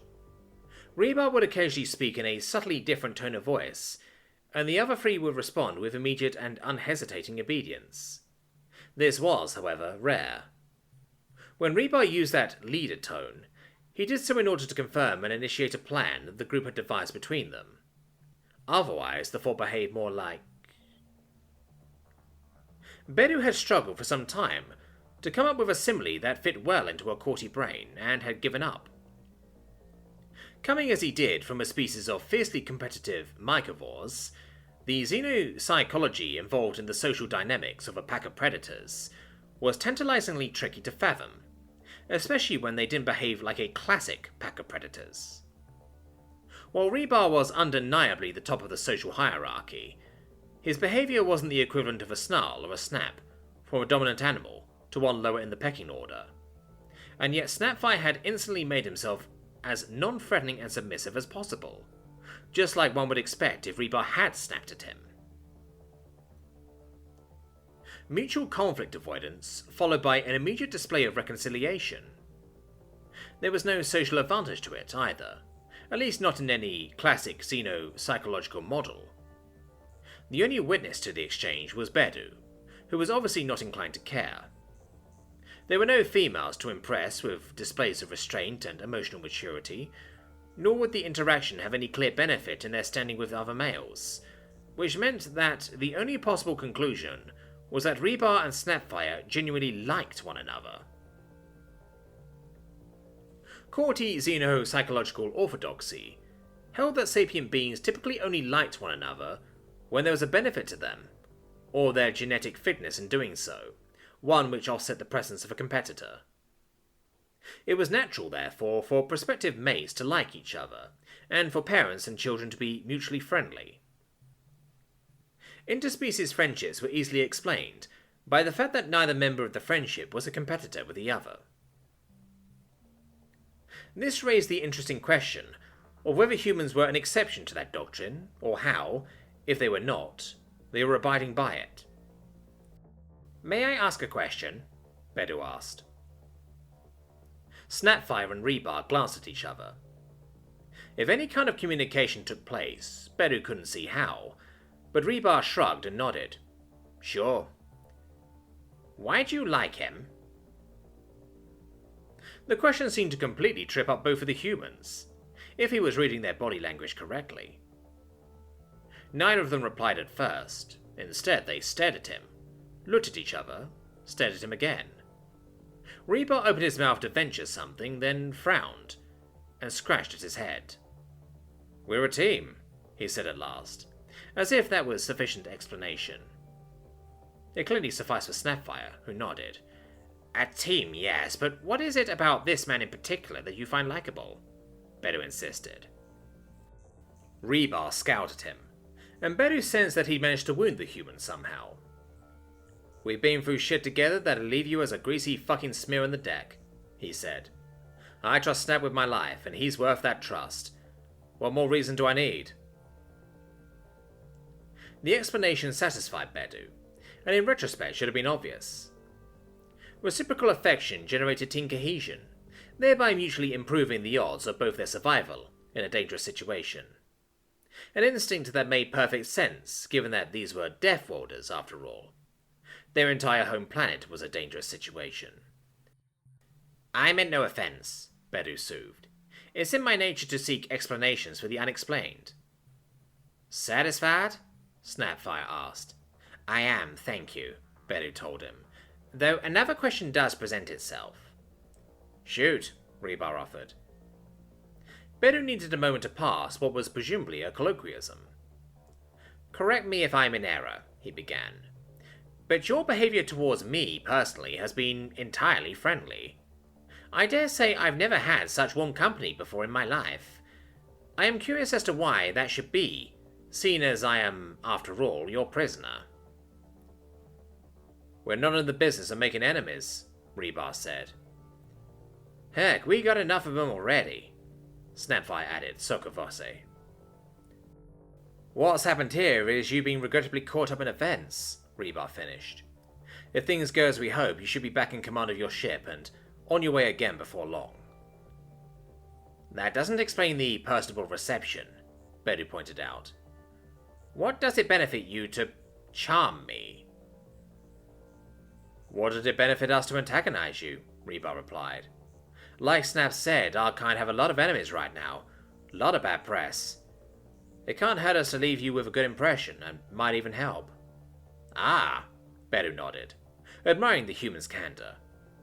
The logic was perfectly flawless. Thank you.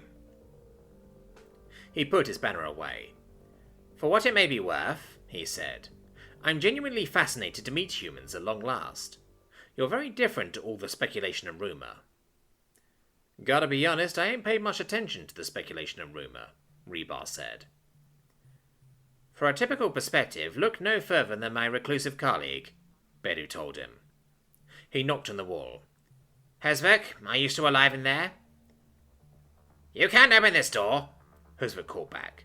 I overrode the door lock. They can't get in. Bedu aimed an expression of barely patient tolerance at the humans, who for their part seemed genuinely concerned. Seriously, is he gonna be like that the whole way? Snapfire asked. Because if he has a heart attack for the panic or whatever, we won't be able to do shit for him, Rebar agreed. Especially seeing as he's overridden the lock, Bedu observed. Or would that not be an obstacle? Dude, if I wanted to, I could kick that door so hard that Hicks Vic there would be in danger from the shrapnel, Rebar said, in the calm tones of somebody who wasn't boasting. He kept his voice low enough that Husvik probably couldn't hear. Tang can get it open the gentler way in a couple of Snapfire added.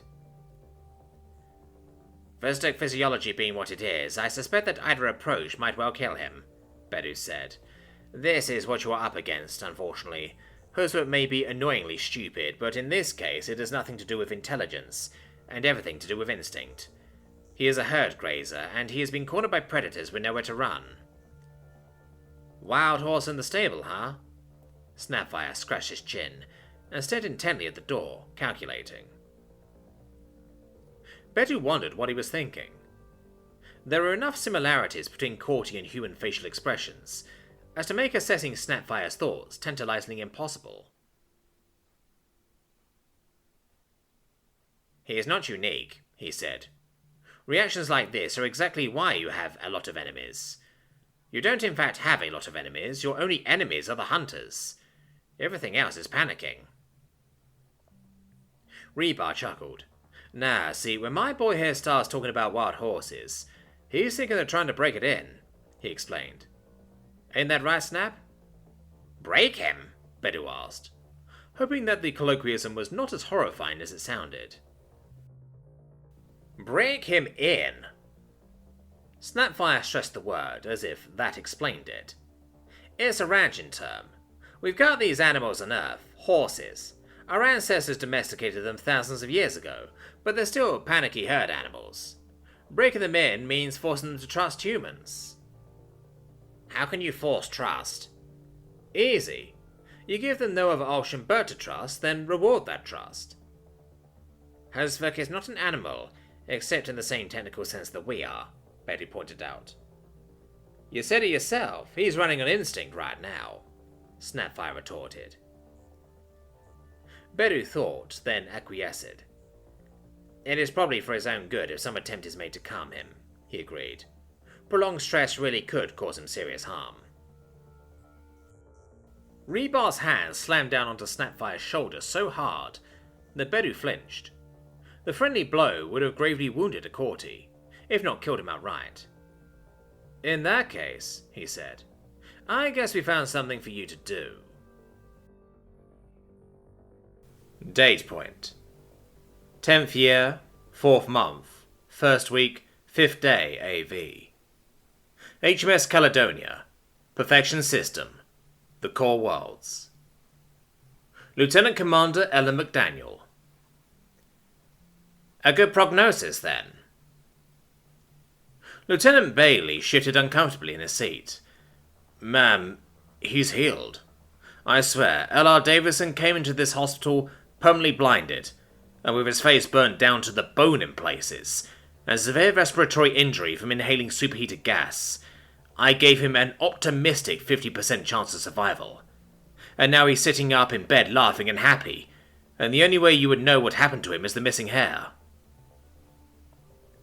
McDaniel's expression gave nothing away, but she couldn't resist a moment of sarcasm. I take it you've ruled out divine intervention. When this ship has a supply of imported alien regenerative medicine on board, I think we can safely consider the hand of God a secondary possibility at best, Bailey commented, matching her for dry humor. He looked down at his desk and sighed. I hate having to report it, because that young man really was looking at permanent disability, assuming he survived. This is unquestionably a good deed, but there's no way you could conceal this, McDaniel suggested. Your words, ma'am, not mine, Bailey said, but nodded. McDaniel nodded. Thank you, Lieutenant. Any other miracles to report? No, ma'am, nobody else needed one. A few dozen minor burns, 1 or 2 more serious ones. We'll be low on painkillers and wet bandages by the time we make port, and all our burn victims are on antibiotics, but we'll get by. What about Sergeant Kovac? Kovac? She suffered one of the worst burns after Davison, but you know what Sortex are like. The only way to stop her from limping out of here would have been to sedate her. Limping?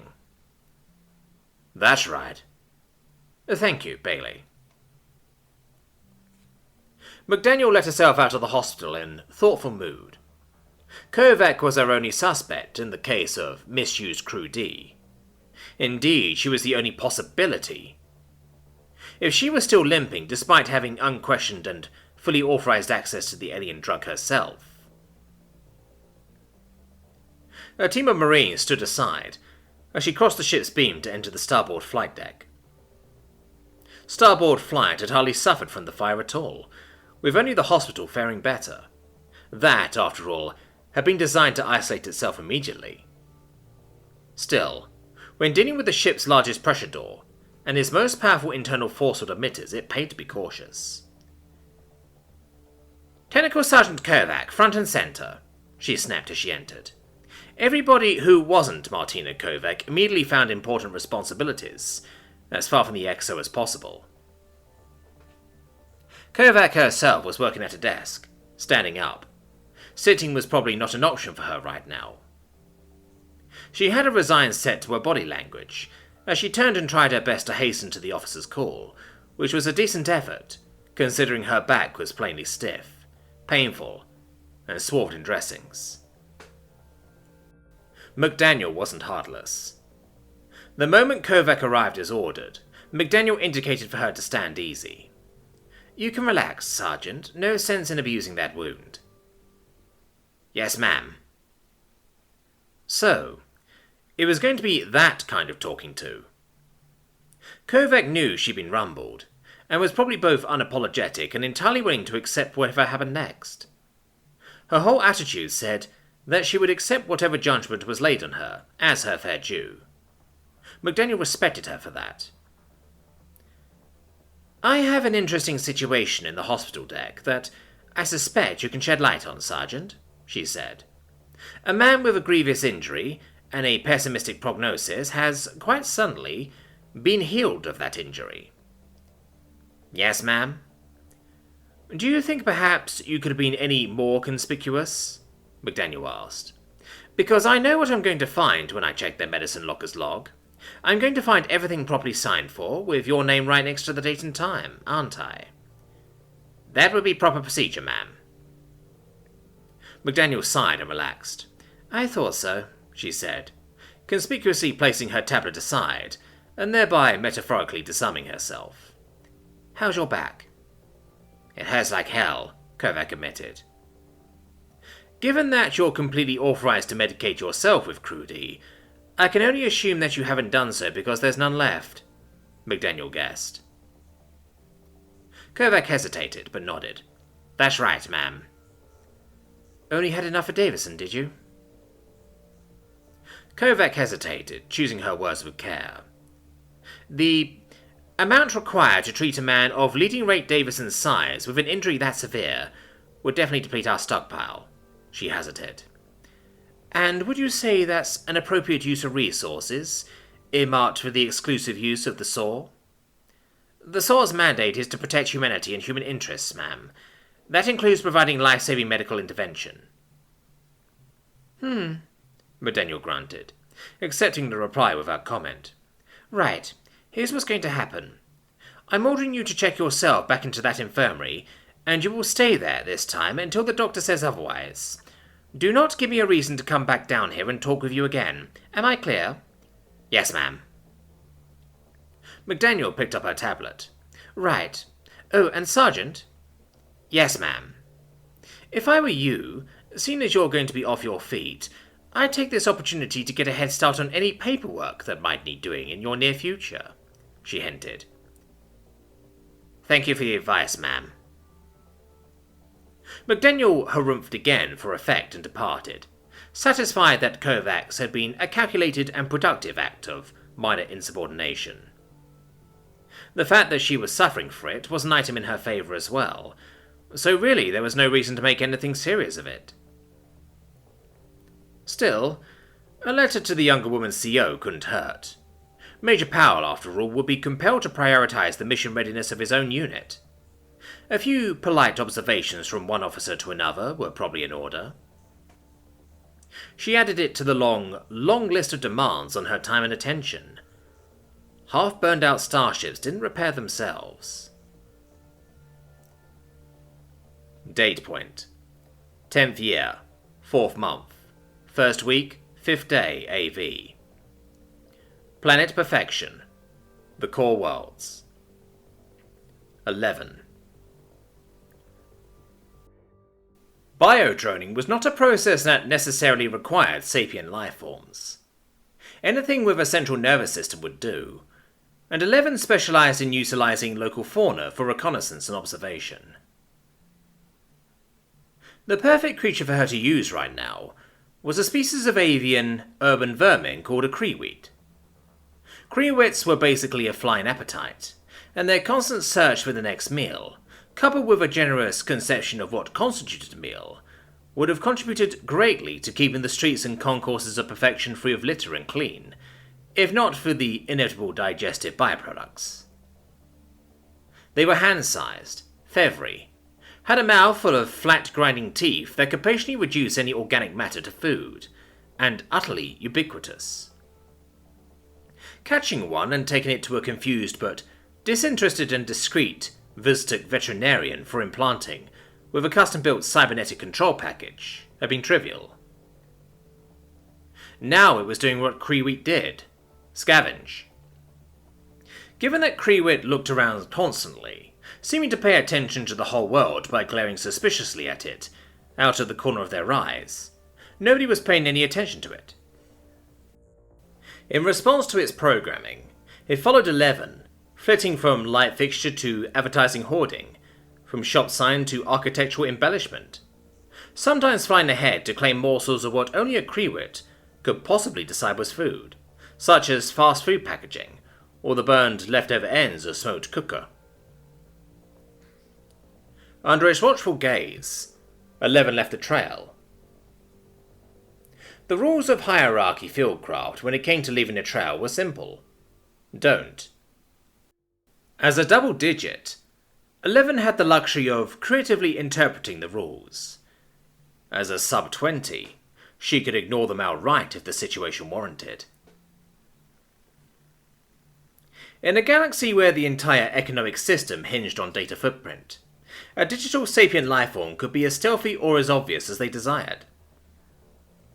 Had 11 wanted, she could have moved undetected by juggling as many as 15 different identities to the security systems. She could have been an office worker called Quorum, while the financial transactions would have all been under the name of one Wumgwumla. The smart advert boards would have seen a grand house dilettante, and so on. Being as loudly and as visibly Mumruk as possible was an interesting experience, especially when the advertising systems built into her host's cybernetic package shook hands with a billboard as she passed it. The boards used augmented reality to replace whatever they actually physically displayed with an ad overlay targeted specifically at Mumruk, usually with full audio thrown in. Every time she passed another board, 11 received a new message in the vein of, "Congratulations, Pilot Mumruk. Your recent success has multiplied your personal funds by integer out of bounds. Perfection Banking Group is delighted to offer you this opportunity to take advantage of our exclusive Person of Importance savings account," or offering her an assortment of immensely expensive luxury goods, up to and including her own ship. The whole system was deliberately kept insecure by hierarchy action. Indeed, keeping galactic data security riddled with holes was the full-time assignment of aspiring Igrains, long before they were assigned the rank of 0, and given the opportunity to prove themselves in the field. The network, in short, was a rigged game in the hierarchy's favour, which meant that the easy way in which Dread seemed to move through it without leaving any permanent evidence, like a breeze over tall grass, was infuriating. Nothing that wasn't an Igrain should have had such a negligible data shadow. The only other way to achieve such stealth was to not interact with the network at all, which was impossible. The constant barrage of advertising that 11 found so amusing was testament to that. 11 had commandeered the attention of a data mining group of pre-zero hopefuls to trawl for whatever information they could find on Dread, and they had hardly expended her information at all, beyond identifying some of the digital aliases he used for financial transactions. All the commentary on him agreed that he was most likely a male Cheshinasho, that his left arm was at least partially prosthetic, and that he affected an intimidating costume of black cloth. His preferred mode of operation was unusual. Most info brokers had their clients come to them, controlling the meetings with bodyguards, drones, force fields, and other such fortifications so as to minimize the risk to their persons.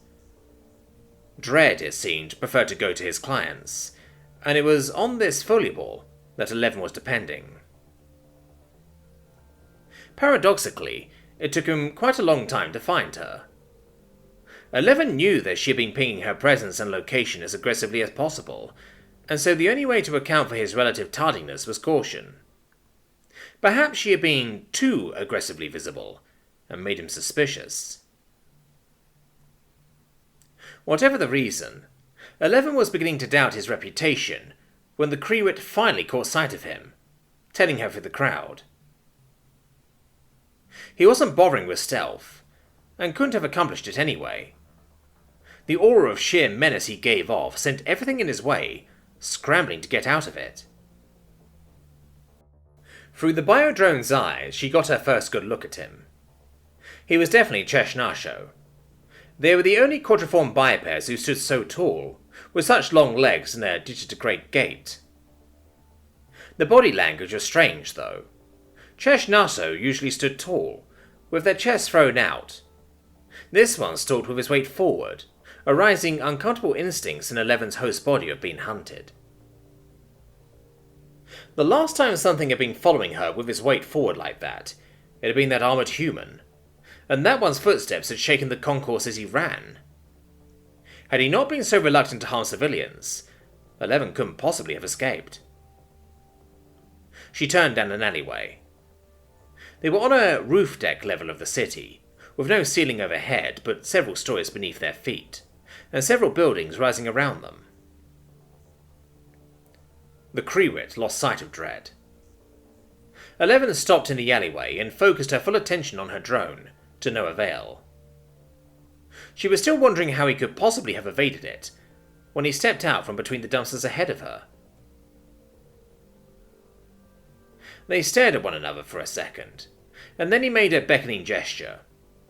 One cybernetic finger stabbed first at 11, then at the ground in front of him. 11 glanced over her shoulder to make sure they were unobserved, made sure the Krewit drone was in position, and then did as she was bidden. "Can I help you?" she asked, feigning nerves. He tapped rapidly on a datapad, which spoke on his behalf. "Stop pretending. You laid a trail for me. Tell me why." "Not for you," 11 lied. "I don't know who you are." "Who?" "What?" "For whom did you lay the trail?" Mumwork's vestigial personality traits provided the perfect response. Indignation. "What business is it of yours?" 11 asked. "Who are you?" "Dredd." "Is that supposed to intimidate me?" He considered her for a second and then drew a pulse pistol. The unspoken sentiment was obvious. If that doesn't, this will. It didn't scare 11. She, after all, would just migrate to a new host. But Mumwork, on the other hand, would have stared dry-mouthed at the gun and immediately capitulated, and so 11 followed suit. "Consider me intimidated." He put it away again. "For whom did you lay the trail?" "I have friends. My spaceship was stolen and I..." "Why?" "Why what? Why did I lay the trail, or why was the ship stolen?" "Yes." "What?" Dredd stared at her for a moment, and then stood aside and indicated the rear access door of the boutique they were behind. When 11 checked it, the door was slightly ajar. It swung open silently, and when she stepped through, they found themselves surrounded by shelves full of boxes of electronic luxuries, terminals, communicators, translators, entertainment devices, and cooking appliances. "Both questions start with the ship," Dredd ordered through his pad. "We had just returned from a deep space investigation," 11 told him, using Mumwork's memory and the ghost of her personality. "The shipmaster, Bedu, he didn't tell me who the client was, but it was probably one of the info brokers here in Perfection." Dredd said nothing, only stared at her. There must have been some kind of custom privacy field emitter inside his hood, because it gave only the impression of infinite depth and what might have been baleful, unblinking eyes. Mumwork would have faltered and stammered, and so 11 did exactly that. The client wanted to know the whereabouts of a spaceship. We found Maruki Station instead." "Explain. Why is this station important?" "It was a research station. They were looking for signs of extragalactic life, and a means of extragalactic communication. You see, intergalactic travel is theoretically possible. You just need an efficient enough drive and plenty of power and... She wasn't sure what it was exactly about Dredd's body language that communicated impatience, but she rallied and got back to the point. "It vanished. One day it just stopped reporting back. And when ships were sent to the Nilvian frontier to look for it, they didn't find anything. No wreckage, no signs of a hunter raid. The station was just gone. The scout ship apparently detected some interesting space-time distortions in the volume and, well, it all got inflated. There were wild theories like maybe they had somehow jumped to another galaxy, or maybe achieved extra-dimensional communication, and some sort of fourth-dimensional being came along and scooped them up, or... Again, Dredd said nothing, but he did shift his weight from one foot to the other. The Grand House has put a bounty on it, a reward for its discovery, 11 explained. When we found it, however, it had been taken over. The master of the ship we were looking for had erected a system defense force field around the station and taken up residence. Why would humans be interested in that? That shipmaster is a species traitor, working for the Deathworlders, a former politician. His ship was destroyed years ago near the Aru system. To her immense surprise, he spoke. His actual voice was nothing but coarse bass. Sanctuary. Yes. How do you know? Dredd paused. Then he reached up and tugged back his hood. The privacy field flicked off. 11 knew all about human ethnic groups, about how their skin tone varied in adaptation to the scorching surface temperatures their home planet could reach. She couldn't imagine living on a planet where the star's UV radiation was enough to burn the native skin off, and she certainly hadn't envisioned that humans were ever a kind of cool deep umber. It was the eyes, however, that finally succeeded in scaring not just the ghost of Mumruk, but 11 herself. The embers in his hood were far less terrifying than the real thing. Dredd's eyes hated everything. I know that ship, he growled. I got thrown out his airlock. Date point. 10th year, 4th month, 1st week, 5th day AV. Starship, Negotiable Curiosity, Deep Space. Calvin, Snapfire Sykes. Hey, hello in there? There was a kind of wary shifting sound from behind Huswick's door, but no reply. Calvin took that as an encouraging sign. Dude, hey, I'm sorry about this, but I can't pronounce your name. Is it okay if I call you Hick? The translator gave Huswick a hysterical edge to his voice. They really did a remarkable job of simulating where the voice was coming from, too. Rather than hearing the anxious Vistic's words from a speaker in the wall or anything, they really did sound like they were being shouted from the far side of the door. Leave me alone! I'm not coming in, I promise, Sykes replied soothingly. That room's your space, I respect that. Just checking you're okay in there. Leave me alone, Huswick repeated, more frantically. Sorry, man, I can't. We're all worried for you. But I'm just here to talk. You're safe in there. There was no reply. Sure appreciate it if you said something other than leave me alone there, Hick. He let the silence drag on for a second or two, then decided that the old trick of just talking and talking and talking until the panicking creature got used to the sound of his voice was in order.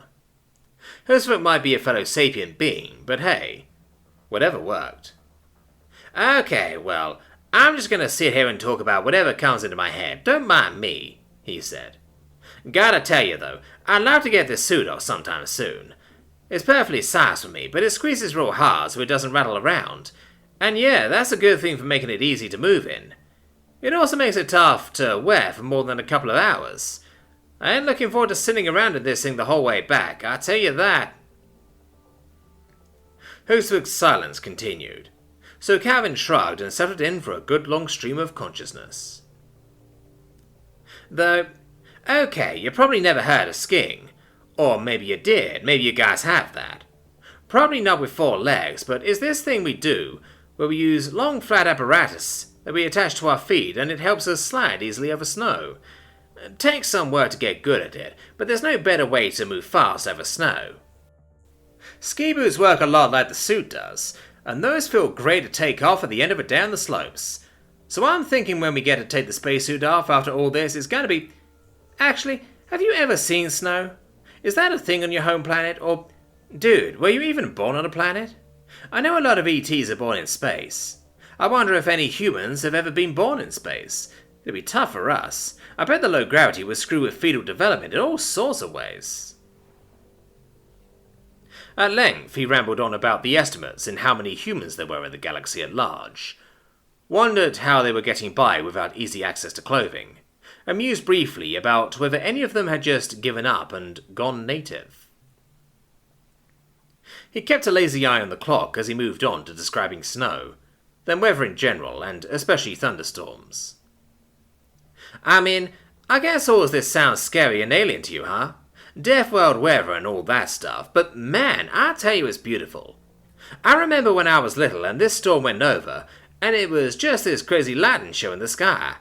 My daddy and I sat on the porch and watched it for like half an hour, but then Mama came out and said there was a tornado alarm and we had to spend the night sleeping on cots in the basement. He decided to move on from the subject of Earth's weather, and on to gentler and more calming matters. He was dealing with a sapient being, after all, which meant that he couldn't rely completely on tone of voice alone. He had to watch the content of what he was saying. Space is prettier, though. There's this nebula you can see from Simbrine. It's about as big as the sky as my thumb at arm's length. And yeah, things like storms are cool, but that nebula is just like... Every time I lay eyes on it, it reminds me that, wow, when I was a child, we didn't have FTL, and aliens were just something that could theoretically exist. But then, there I am, living on a planet that's not Earth, and I work in space, and I'm chatting to an alien right now. That's kind of a... HFY finally said something, interrupting him. Are you going to talk all night? He asked. You're keeping me awake. Ah, sorry, dude. Are you tired? I haven't slept since you took over this ship. How could I? You're dangerous. Calvin considered his reply carefully. I know, he said eventually. I know we are. We ain't the bad guys, though, man. You're still dangerous, HFY hissed. I ain't denying that, Sykes told him. But so are lots of things. This ship's dangerous, ain't it? Lot of power in here. Lots of stuff the engineers gotta stay on top of, am I right? HFY said nothing, so Sykes shrugged and carried on talking. Okay, so he was keeping the alien awake, but really that worked to his advantage. Either the fatigue would help calm HFY down, so they could make contact properly, or else HFY would fall asleep listening to his voice, and awaken rested and with some positive associations. Besides, man, imagine yourself in our position. 10 years ago, we didn't know any of this stuff. None of us had any clue what a Deathworld is, or that Earth is one. I gotta be honest, it kinda scares me too. I don't want to accidentally hurt people, right? I ain't a monster. Then why are you here? HFY asked. Stay on your planet, where you belong. Go to other Deathworlds, while you're on our ship. Would if we could, man. Sykes grinned to himself. He was making definite progress. Life ain't that easy. Why us? HFY insisted. Ain't nothing personal, you just caught up in something important, that's all. I don't trust you. Sykes sighed. You should. Hicks, the only reason you're still in that room is because we don't want to hurt you. Heck, I'm talking to you right now because we're worried about you. I ain't asking for much, just want you to check in and let us know you're okay. I'm fine. Sure, okay, Sykes soothed. He sat and waited for a minute. I would like something to eat, please, HFY ventured after a while. And to drink. Our rations wouldn't be any good for you, buddy, and ain't none of us know one end of your kitchen from the other. You wanna come out here and fix yourself something? We'll turn down the gravity for you, what'd you say? And you promise that it's safe? I won't catch a fatal disease? HFY asked. I promise. There was a thoughtful pause, and then the door cautiously opened. HFY peeked around it. Carefully and respectfully, Sykes took a slow and unthreatening step back. He smiled, keeping his lips together so that there was no hint of teeth, and gestured openly to the kitchen. He could see why people tended to compare Vusta with giraffes. They had that kind of spindly, ungainly look to them, especially in their long legs and necks. But Hooksfoot's attitude was more like a deer crossing the road, and keeping a wary eye on the pickup that had stopped for it. "Ship, set gravity in all areas to Dominion standard," he ordered. The negotiable curiosity chimed, and Titan awoke with a snort as the gravity changed. Hooksfoot took an alarmed step back. "Sorry, bro," Sykes called. "Hey, the helmet emerges." Akiyama sat up slowly. "How are you?" "I am fine, thank you," Hooksfoot ventured. Still moving like a nervous bug, he picked his way carefully out into the ship's common area. Sykes gave Titan a subtle headshake, asking for a kid-gloves approach. He got an imperceptible nod by way of a reply, and Titan settled down with his head on his ruck again. "Okay, let me know if you need anything." Hooksfoot stepped warily around him, and approached the food dispenser. A few taps later, he had a small bowl of something that looked vaguely like dark arugula, a side order of something black and dripping with what Sykes hoped was sauce, and a small cup of water. The bowl came with something like curved chopsticks. Apparently they were Hooksfoot's customary eating utensil, because he was shoving the arugula-ish into his mouth with gusto as soon as he had them in hand. "Dude, you had no food at all in there?" Sykes asked him. Hooksfoot flinched to being addressed, but then nodded. He skewered one of the slimy black things and slapped it up. Sykes caught the morsel's scent and couldn't stop a slight grimace from flicking across one eyebrow and the side of his nose.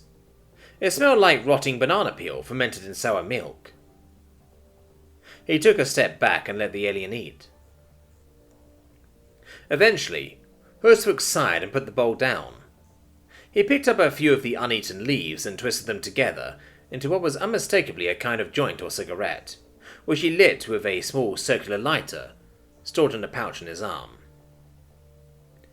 "I didn't know folks out here smoke," Sykes commented. Hooksfoot gave a complicated toss of his head that went untranslated, and flicked one of his ears. The burning leaf smelled quite good, actually. Sweeter and warmer than a cigarette. It reminded Sykes of fishing with his late great-uncle, who never went to the lake without his pipe and 2 Budweisers, and a couple of A&Ws for Calvin. Sadly, the old man had passed away before they'd been able to share a bud together, but the smell coming from Hooksfoot's impromptu roll-up was making Calvin suddenly thirsty for a root beer.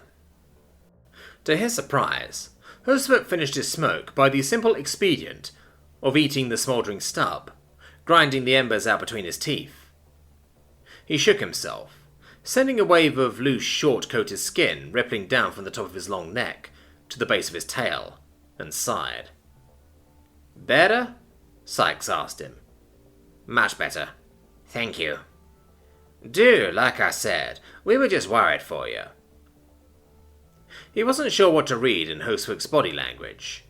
For all he knew, the Vostok engineer might be mistrustful, wary, grateful, or optimistic. He stood aside and indicated the open door. "You want the room is yours. We won't intrude, but please don't starve yourself in there."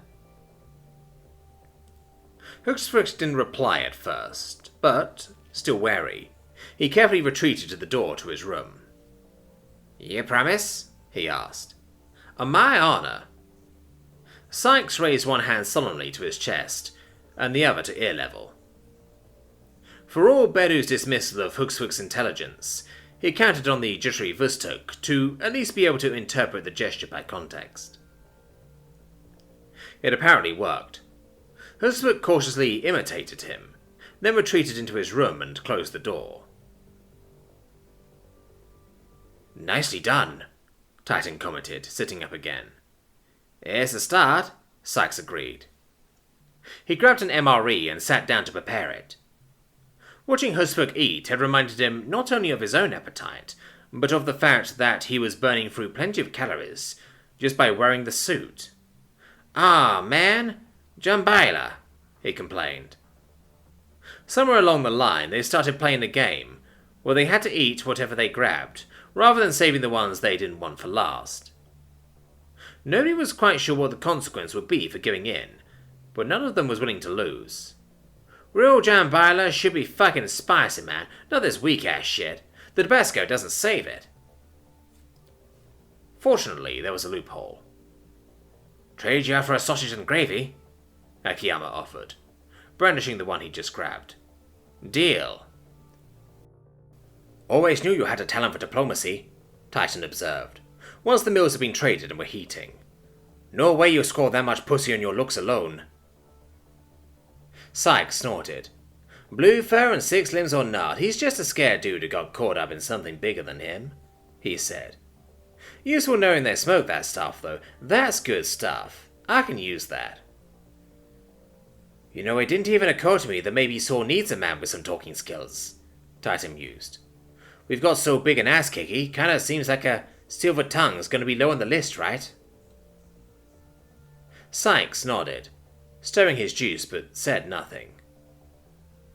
"Remember Ukraine? Operation Sworn Beacon? That shit would have gone south if not for Booker," Titan continued. "Maybe it's something to raise with Stainless." "Maybe," Sykes agreed. "Hell, we're pretty fucking high profile too. You saw the whole Beef Brothers thing, right?" Titan laughed. "Yeah, man, I bet base is sore over that shit. You hear about the poll result? No? It went left beef best beef or right beef superior slab." Titan chuckled. "Horse took it 3-1, man. Kicked baseball's ass." Sykes laughed. "Ah, poor base. Feels weird being part of a unit with that kind of media profile though, don't it?" "Very different to Delta," Titan agreed. "Could be we're all gonna need that silver tongue." He pulled his jambaila out of the heat and dug in. "Hell, could be the ultimate survival skill for mankind. Ain't gotta be the muscles and stuff. It's gonna be talking panicky ETs round to our side." "Bro, if that's true, I'll fucking take it." Sykes toasted the idea with his juice, but I'm kinda thinking it won't be. Date point: 10th year, 4th month, 1st week, 5th day AV. Planet Perfection, the core worlds. 11. "You're human." "Cool you. See what's straight in front, why?" Dread was smiling. 11 had to dig into the hierarchy database to reference human facial expressions, and decided that what she was seeing wasn't a smile at all, but was instead tagged with the term rictus. It was not, apparently, a friendly expression. It certainly didn't look like one. Quite aside from that hateful glare, she could see sharp slicing teeth and 4 pointed grabbing ones, and her host body's instincts were sending urgent messages to the effect that she should tremble. Humiliating as it was, breaking character was not acceptable, so 11 allowed Moonwook's body to tremble, and even cower a bit and back away. "But you're supposed to be Cheshnasho." I don't want Babylon come call inside." Either the translator had made a complete hash of his language, or else he was speaking pure nonsense. "What?" Dread's expression got even angrier somehow, and he spoke clearly and slowly, as if enunciating for an idiot. "If they..." He waved a hand at the planet in general. "Find out a human is here. Then they either kill me or hunters will come." "Then why, you out me, you die. Seen?" His tone was completely unmalicious, meaning that his words weren't so much a threat as an alert of future danger to be avoided, like a warning sign on a crumbling cliff edge.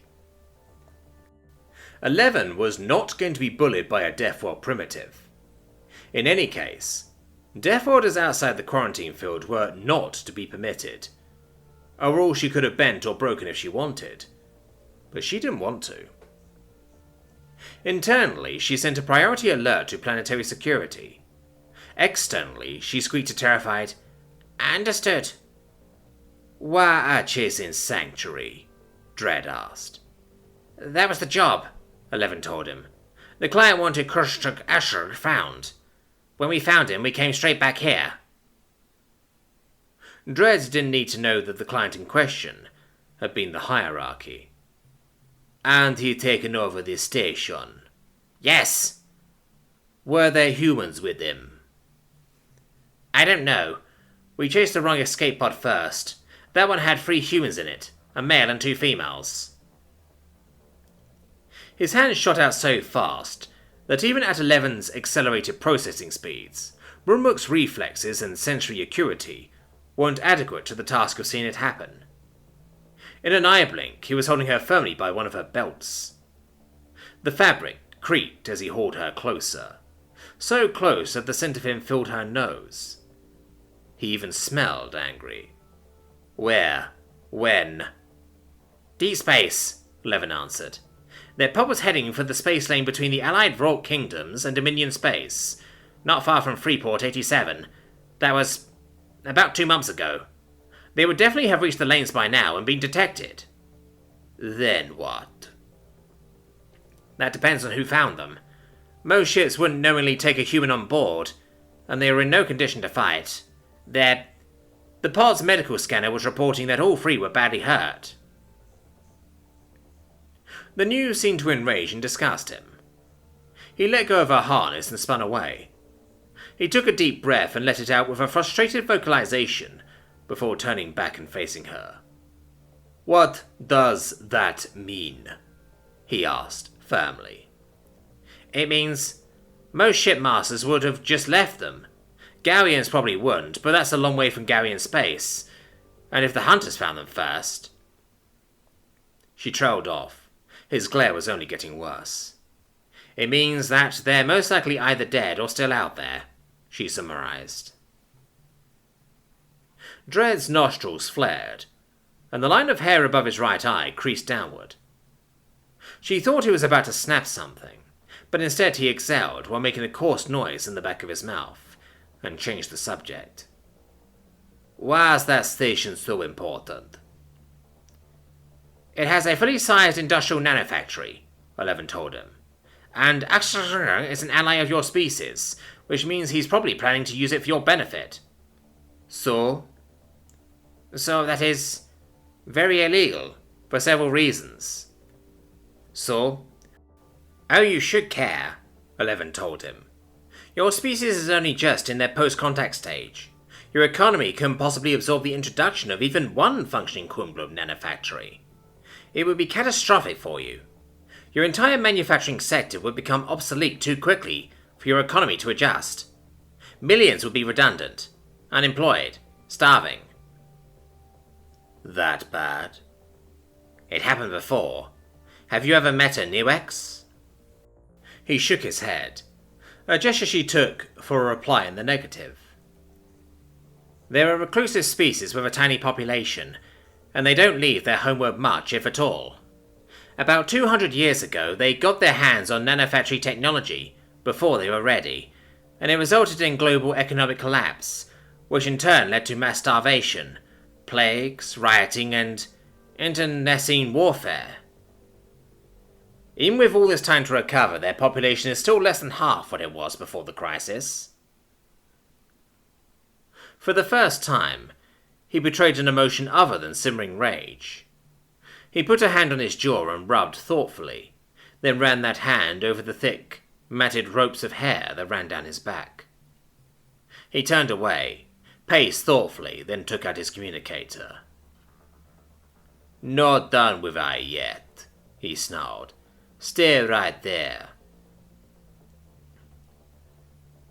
11 watched the data traffic, and had to suppress her emotional connection to her host, or else she would have indicated triumph, as she realized he first researched the Nuexian crisis to verify what she had told him, and then immediately called his client, Shipmaster Mether, Host 253. He spoke slowly and carefully, disguising the unique cadences and idioms of what was clearly his native and preferred mode of speech, and reported everything, especially the nanofactory. With plausible deniability for the information reaching the Fleetmaster now established, 11's work on perfection was now done. There was only the matter of a rogue human to clean up. Fortunately, that problem was about to solve itself. Right. Dredd pocketed his communicator.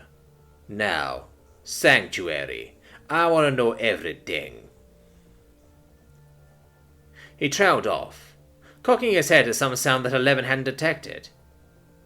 He gave her a suspicious glare, and then stepped twice to his side. In the quiet of the storeroom, 11 finally heard some kind of metallic, springy sort of sound that punctuated each of his footsteps. 2 cops burst into the room with their stun weaponry drawn and ready, and all hell broke loose. Obskian electrical discharge weaponry had earned a large market share over the years. While they lacked the range, accuracy and rate of fire of kinetic pulse weaponry, they more than made up for those deficiencies in effectiveness. Urbert's stun guns have been credited not only with subduing human fugitives, but also in fighting back against hunter parties that had come looking for those humans. Dredd didn't stand a chance. Not that mere insurmountable odds were likely to give any self-respecting Deathworld a pause for thought. The police, two Vustuk, needed a moment to realise that Dredd was not in the middle of the room but lurking beside the door, and then it was already too late. 11 wasn't sure what she had been expecting from him, but the humans seemed to have absolutely no compunctions about violence. The first officer, through the door, didn't even have time to order him to surrender before Dredd lashed out with enough force to pop the poor creature's forearm. It collapsed, shrieking like some kind of malfunctioning industrial machine and cradling its ruined limb. The second fared no better.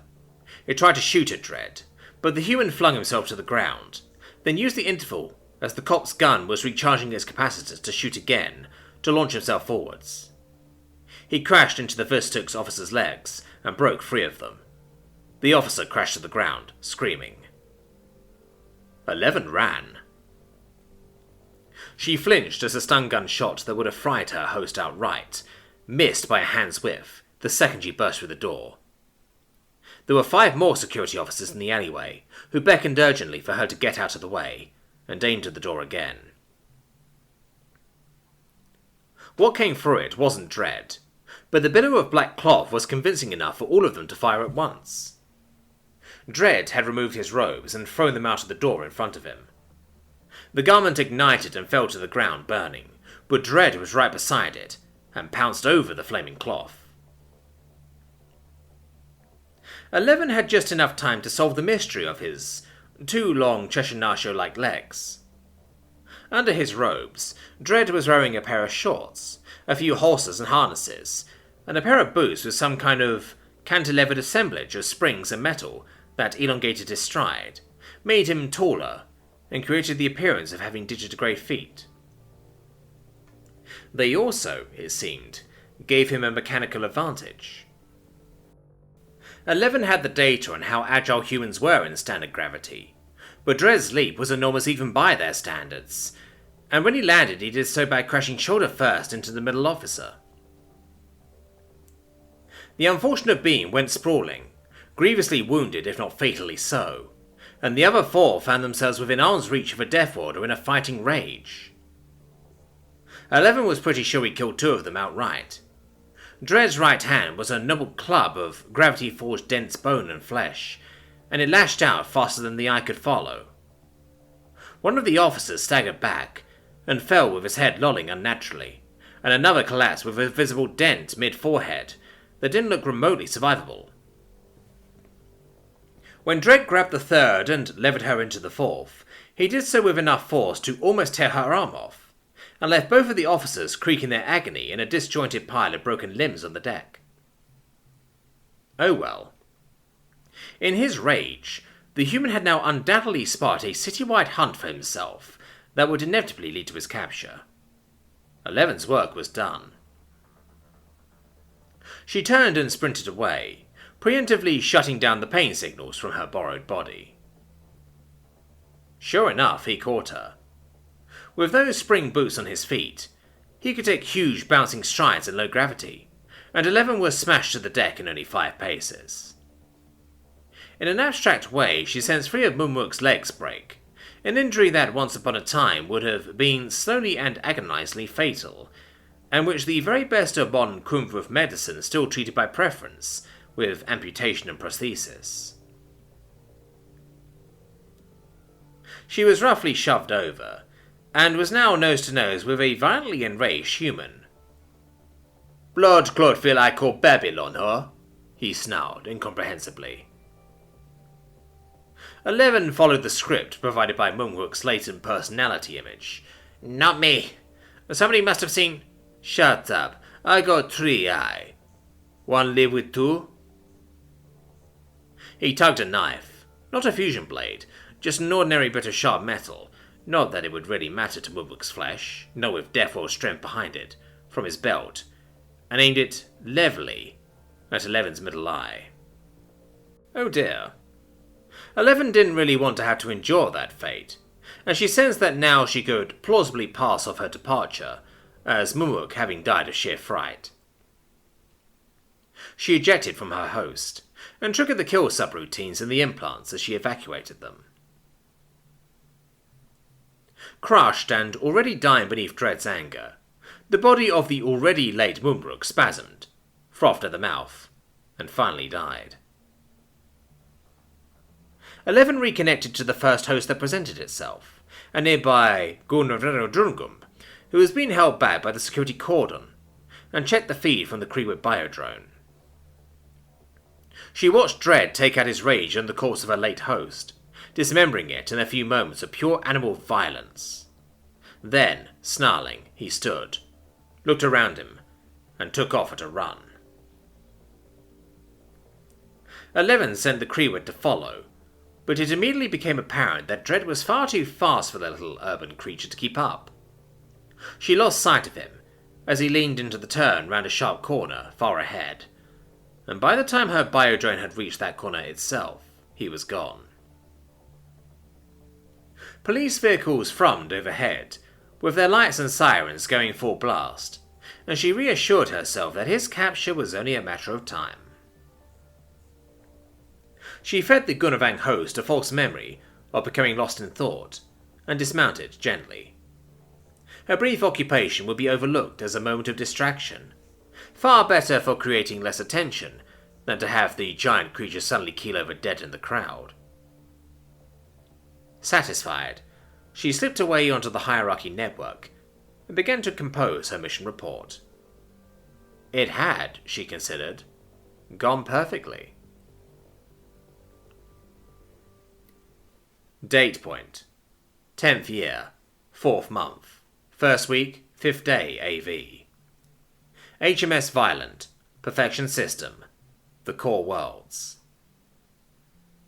Commodore William Corfers. Corfers confessed to being a Star Trek fan, but something that had always struck him as amusing and odd about that franchise was just how much personal space all the characters enjoyed aboard their ships. Ensigns and lieutenants were blessed with decent-sized apartments, usually with luxurious double beds, and enough room to invite friends over for poker. In reality, one of the great perks of being a senior officer was that you got a small cabin to yourself that was just about large enough to contain a bed, a sink, and a desk. Corfers was about half the size of Captain Picard's ready room, let alone the opulent quarters in which that fictional officer had luxuriated. Meanwhile, there were junior officers on Violent and elsewhere in the fleet who were sharing bunks. That was the nature of life in the Navy, and if the officers were sharing bunks, then the ratings had an even more cramped and intimate time of it. Indeed, the cots and camp beds that the Sortex kept in Caledonia's starboard bay were widely reckoned to be the most luxurious sleeping arrangement in the fleet, and were thus the source of some mildly envious friction. The cabin was important, though. It allowed him to sleep, and sleep he did at every opportunity. It might have been nice to unwind with a book first or something, but each time he had a chance to get his head down, he knew it was only going to be a handful of hours at most before his attention was once more required. Answering phone calls was almost a reflex now. His hand was moving before it was fully awake. Coryphers? Call from the Fix, sir. Put it through. The FIC was the Fleet Intelligence Center, housed on HMS Myrmidon, a team of dedicated and highly educated specialists, whose job revolved around tending to the Watson systems, and all those valuable flops. Their efforts had broken the alien encryption in short order, and they were now busily reading E.T.'s mail. Thanks to them, Coryphers knew what his non-human counterparts' orders were, usually before they'd even finished reaching every officer in the alien fleet. There was a delay of a second or two as the line was transferred, which he spent levering himself upright and massaging his face for clarity. Chief, what news? An interesting transmission from the planet to the fleet, sir. It looks like the Saw element were only partially successful. One of November Charlie's crew evaded capture. It looks like she was tracked down and told them about Kirk and Muriki Station. Now there's messages flying all over the ET fleet about Article 12 of the Charter. Coryphus stood. Damn! Yes, sir. If they decide to attack Caledonia, they'll be doing it in about half an hour, assuming they stick to their plan of using their orbiting element as cover. Thank you. Spread that intel.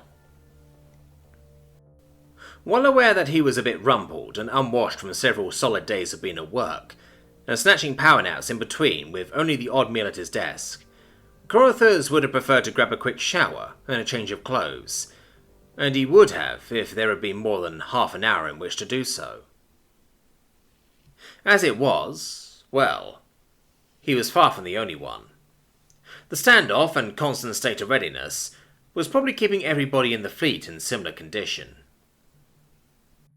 Junior Ranks got respectfully out of his way as he swarmed up the stairs to A deck and the bridge, where Violent CO, Commander Vaughn, was in the middle of taking the call from the Fleet Intel Center. Coryphus double-checked the volume chart, double-checking that everything was still where it should be. Vaughn put his phone down. Well, that's inconvenient, he noted. Shall we put a call into your opposite number, sir? Best not, Coryphus decided. It won't help us if we give away that we can listen to their communications. If they decide to hit Caledonia now, I think I've been more than patient enough with the Fleet Master, Coryphus declared. He turned to the communications officer. Get me a line to all the captains. Aye, aye, sir. It didn't take long. The FIC had the art of rapidly disseminating vital information down pat. Every commander they had was ready to receive orders.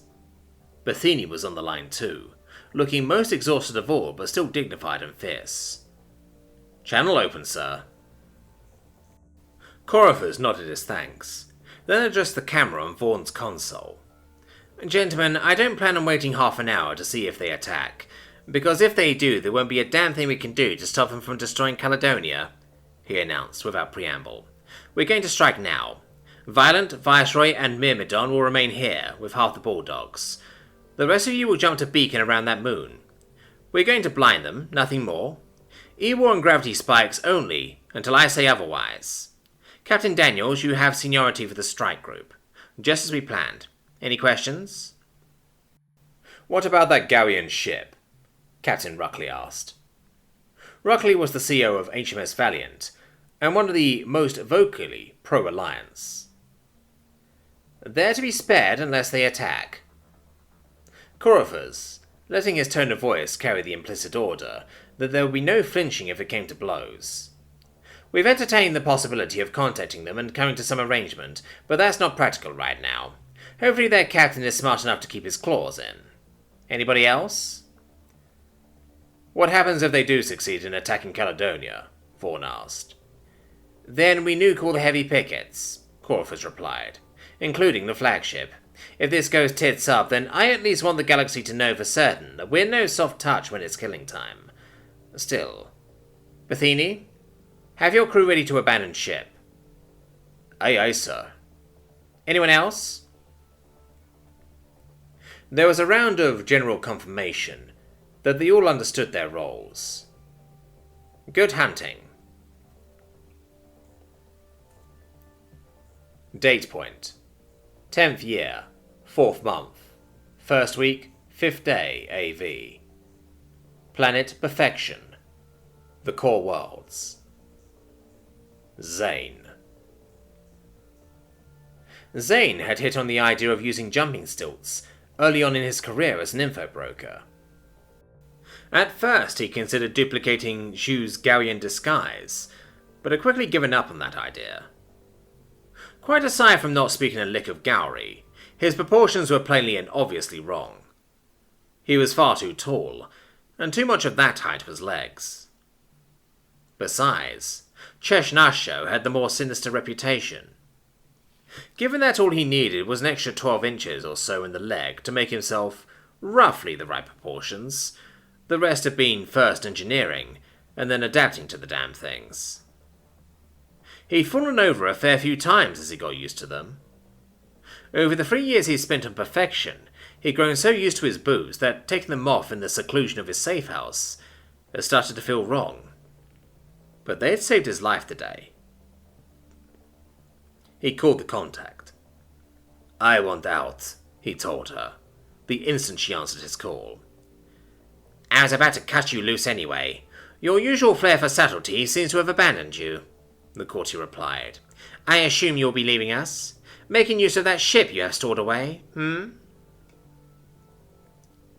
little noodly grey bitch had always been far too sharp for Zane's tastes. It might have been her influence that saw him rescued from Maru, but that didn't mean he had to like her. Especially not when she so thoroughly punctured his illusions that he'd been able to keep the creation stepper a secret. I'm not stupid enough to stay here, he shot back. Stupid enough to out yourself and kill 3 police officers? What were you thinking? Don't give her the evil eye, Zane told her. Being caught was a when, not an if. Was it really necessary to kill them? How to not, Zane retorted. And it kill or be killed, you know. Oh yes, I know. They'll kill you if they catch you, undoubtedly. They aren't necessarily wrong, either. If the hunters get wind of your presence. Zane's normally limited and currently negligible patience ran out. I ain't not done talking, he snapped. Or am I going to have to listen to the end of the earth? I have cleared your debt. You are free to go, Dread. A pity. You have been a rare and valuable asset. I wish you all the best. Yeah, I'd wish I good luck, but I doesn't need it, not true? Zane didn't often compliment anybody, but then again he didn't like very many people. The contact was a rare exception. She'd always treated him with respect and fairness. True. Farewell, Dread. Yeah. Live long and prosper and thing. He ended the call. Inventory check. He had his clothing, his jumping stilts, several 100,000 Dominion currency credits spread across 5 different fake identities, and a small spaceship rigged for going from point A to point B as quickly as possible. He also had been human. Awkward as it might be to have to constantly disguise that fact, being able to outthink everything in the galaxy, outrun them, or if need be tear them limb from limb was not a blessing to be sneered at. He'd be fine. Date point. 10th year, 4th month, 1st week, 5th day AV. Heavy system, Pickett, Utopian Aspiration. Perfection system, the Core Worlds. Fleet Master Zhernshuk Avranukuk. The orbital element will be in position in 200 Re, Fleet Master. Good. Remember, the human retaliation will be immediate. Every ship is to warp to safety instantly upon the target's destruction. Zerg took a last look at the fleet disposition, and satisfied himself that the Deathworlders were about to get a nasty shock. Considering just how much death and mayhem they had caused in their short time on the interstellar stage, he didn't feel even the slightest twinge of... More than half of the human fleet vanished. All they left on the field were 3 of their larger ships, 12 of the small, probably drones, and the damaged... The tactical display made an alarmed noise, and its happy blue abruptly turned green. Warning icons indicated a sudden and total shutdown in the available sensor telemetry from his own ship. Before he could give any order, it went yellow, indicating that it was non-functional. The utopian aspiration was no longer receiving any sensor telemetry. His view of the human fleet and of the battle space dissolved into useless fuzz. Every officer he could see started prodding and swiping uselessly at their workstations, attempting to salvage the situation. "What just happened?" he demanded, raising his voice to cut through the sudden hubbub. "Comms are down, sensors are down, station keeping is down, navigation is down." "Superluminal comms," Zook called. "Active, but... Fleetmaster, every ship is reporting identical failures." Zook rounded on the tactical technicians. "Sensors!" "The diagnostic says they've... burnt out, Fleetmaster." The technician gave him a wide-eyed, quite panicked look. "All of them at once. It seems the humans hit them with an extremely high-energy beams of radiation in their most sensitive bands, exceeding that... They shot us!" Zook snapped. "Yes, Fleetmaster." Zook turned to Mithra. "They shot us! Those cowardly, honourless, treacherous dirtchews shot us!" "They beat us to it," Mithra observed. Zook ground his teeth, and seriously considered removing the courtie from her post, but she had not in fact been overly insubordinate. Instead, he reined in his temper. "The other elements?" he asked. The tactical officer swiped desperately through his volumetric display elements. "Third group report identical system failures," he called. "Second group are still at warp. They're unscathed and request orders." Zook's hand stabbed into his command display and selected the only icon that had a known position and condition. HMS Caledonia. "Destroy that ship!" he snarled. Date point: 10th year, 4th month, 1st week, 5th day AV. HMS Violent, Perfection System, The Core Worlds. Commodore William Corfers. Their FTL element is coming about. Myrmidon to predict their Invector and spike it. Valiant to warp 4 of their Bulldogs to Caledonia and seed white noise. Mr. Morgan, put our Bulldogs among those spikes. Aye aye. The Watson systems, and the decade of GUI research and development that had begun the moment people got their heads around the idea that interstellar flight and conflict were likely to feature in humanity's near future, were proving their worth yet again. The Royal Navy prided itself on its traditions, and on not fixing what wasn't broken. But there was no command tradition or ship's controls that were built to handle engagements across distances so vast that the speed of light itself was inconveniently too slow. The system had therefore been purpose-built, and it worked beautifully. The computers listened, interpreted, shared, transmitted, prepared. All a human needed to do was confirm their analysis, and not only did Corofur's orders immediately reach their intended recipients, but the computers on those ships had already prepared firing solutions and plotted accelerations.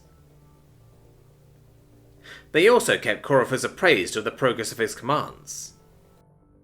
He had orders for Myrmidon to fire gravity spikes, and so now, as each step in the process of reloading and firing that specialist ammunition filtered through Myrmidon's own chain of command, Corofur's could watch it.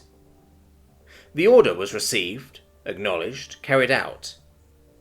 There was an agonizing wait of some few seconds as her gun crews sought ammo feeds. No sooner was that step completed than Myrmidon fired. On the Commodore's screen, overlapping red bubbles filled the predicted incoming fleet's approach vector, saturating several thousand cubic kilometers with no warp zones. Choraphers watched the icon representing their fleet hawkishly, expecting them to detect the impediment in their way, and abort their approach in favour of a different angle. They didn't, which was excellent evidence for their E-War assault on the alien command element, having completely blinded them.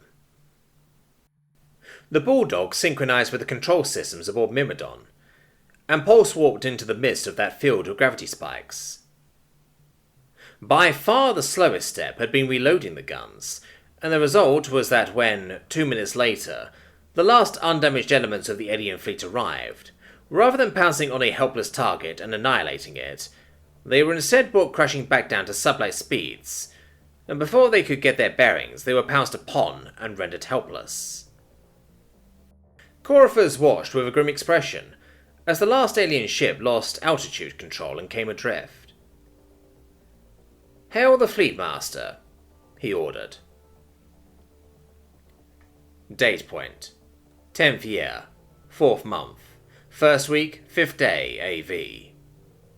Heavy system picket, utopian aspiration, perfection system, the core worlds. Fleet Master Fleet Master, the human wishes to talk. Wishes to gloat, Zook grumbled. He stood and shook out his mane. Very well. Relay this conversation to the fleet and the system. I want them to see what kind of monsters these Deathworlders are. Yes, Fleet Master, on screen. Zook scrutinized his foe, as the human's visage appeared on the large screen. Was grey hair a sign of age in humans? They all looked so lumpen and solid that it was hard to guess whether this Choraphers was slender or stocky by his species standards. The human seemed to have sprouted a rough blueness of hair stubble along his jaw and around his mouth since Zook had last spoken with him, and the skin under his eyes was darker. An emote of some kind, or just a symptom of stress and fatigue. "What do you want?" Zook demanded. "My apologies for striking first. I suppose I lost my nerve," the human replied.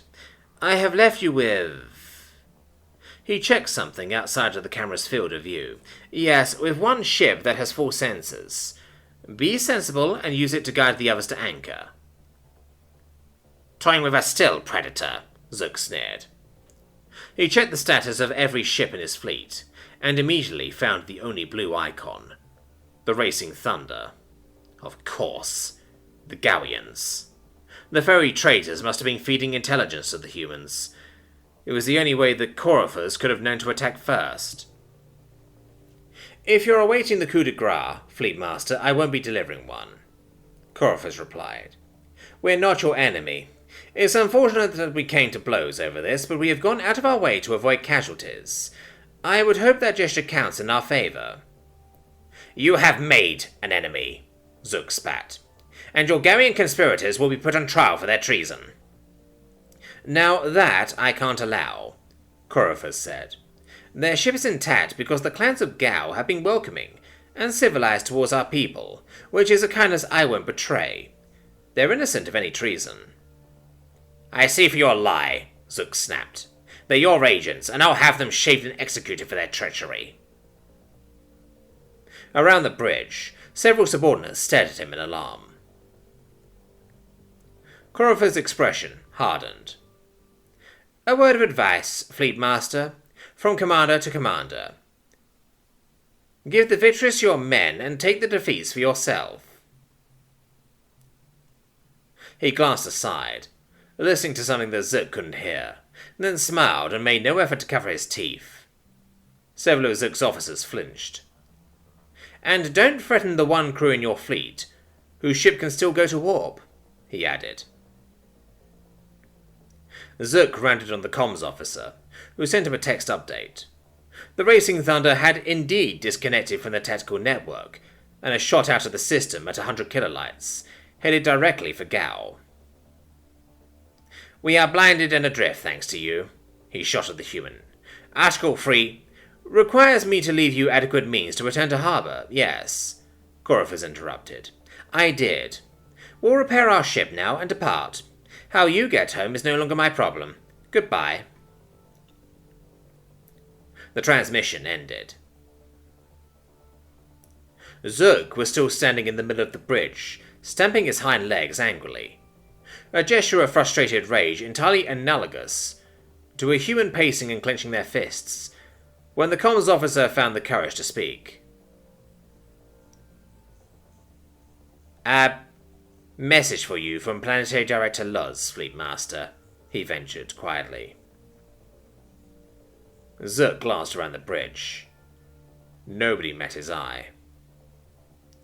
Without a word, he turned towards the wardroom and went to take the call that would end his career. Date point: 10th year, 4th month, 1st week, 5th day AV. HMS Violent, Perfection System, The Core Worlds. Commodore William Coryphus.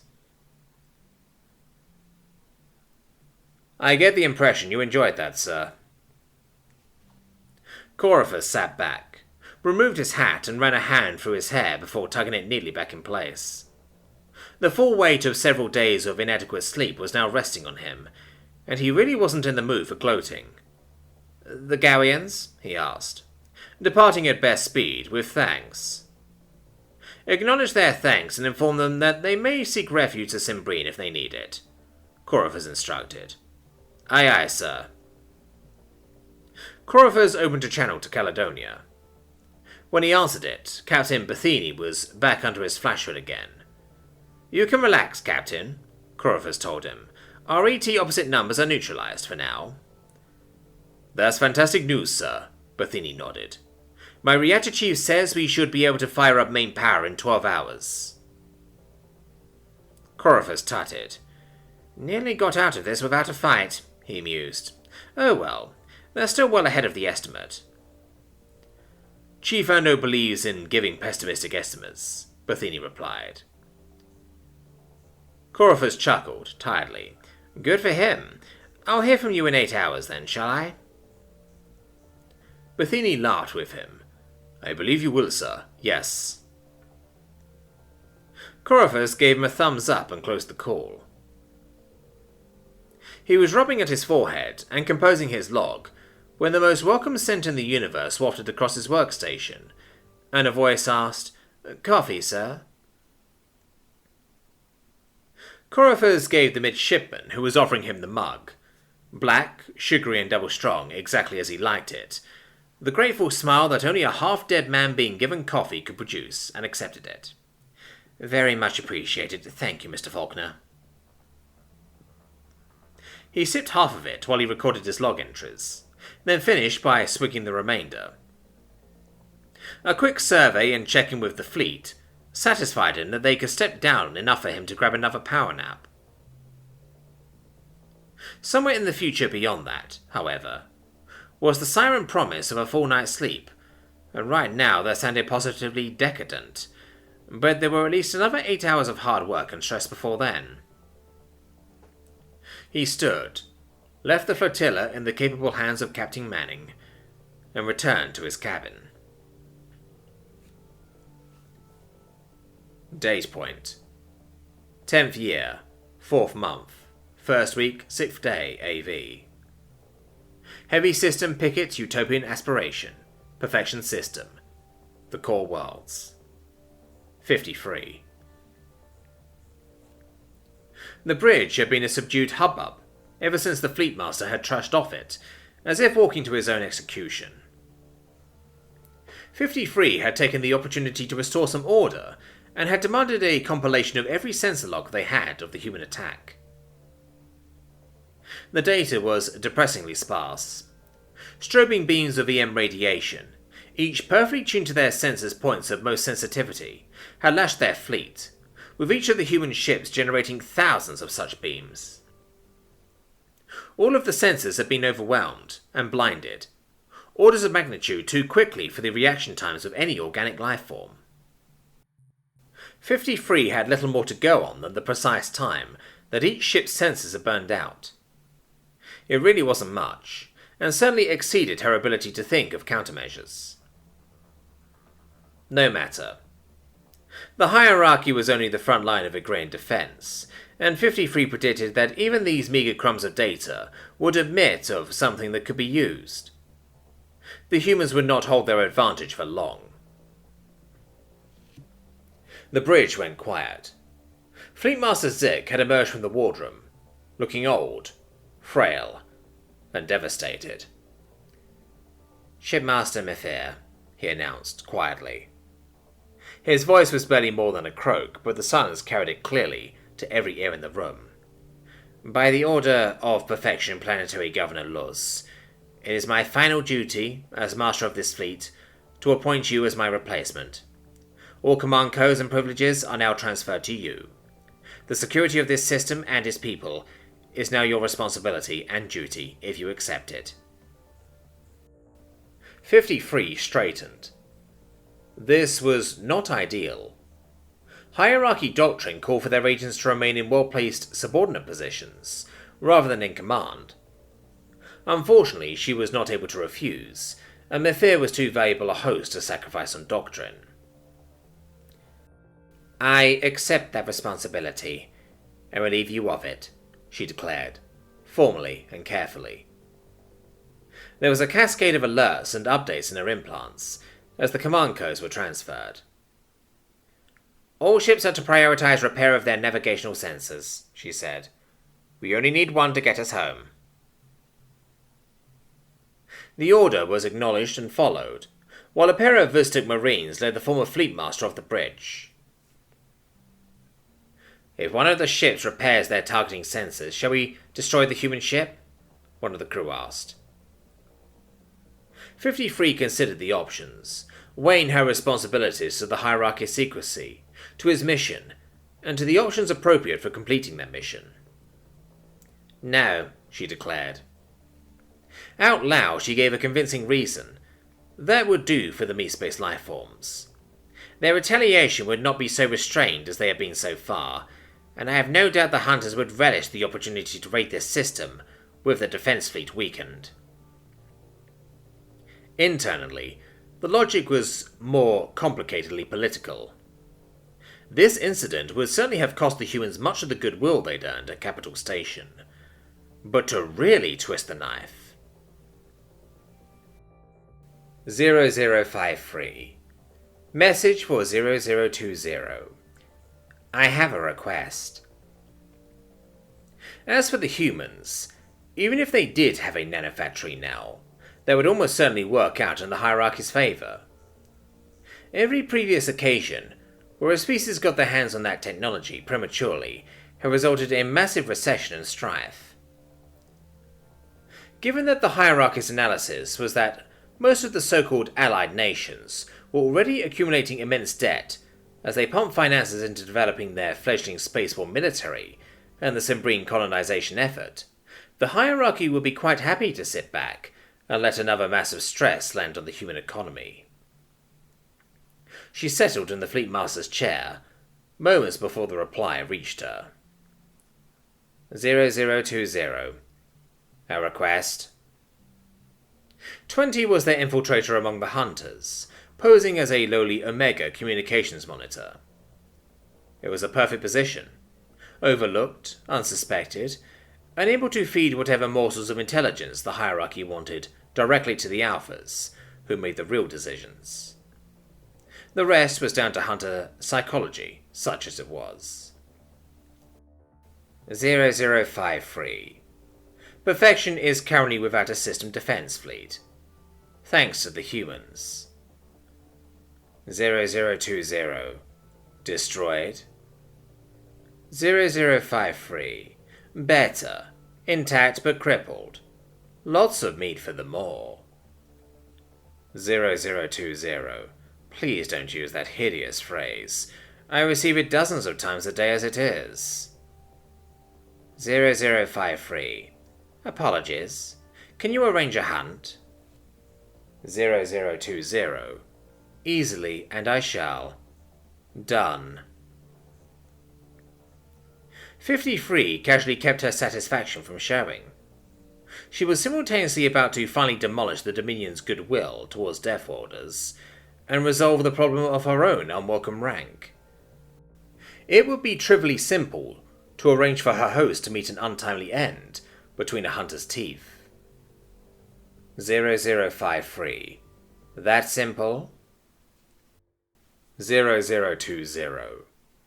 The Alpha of Alphas has been looking for an opportunity to deploy some reverse-engineered human technology.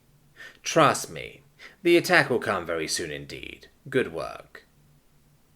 0053. Thank you. 20 did not acknowledge the thanks, not that 53 was inclined to care. She could smell the promotion in her near future. Date point. 10th year, 4th month, 1st week, 6th day, AV. HMS Caledonia, Perfection System, The Core Worlds. Chief Michelando. Okay, final checklist, combustion chamber pressure.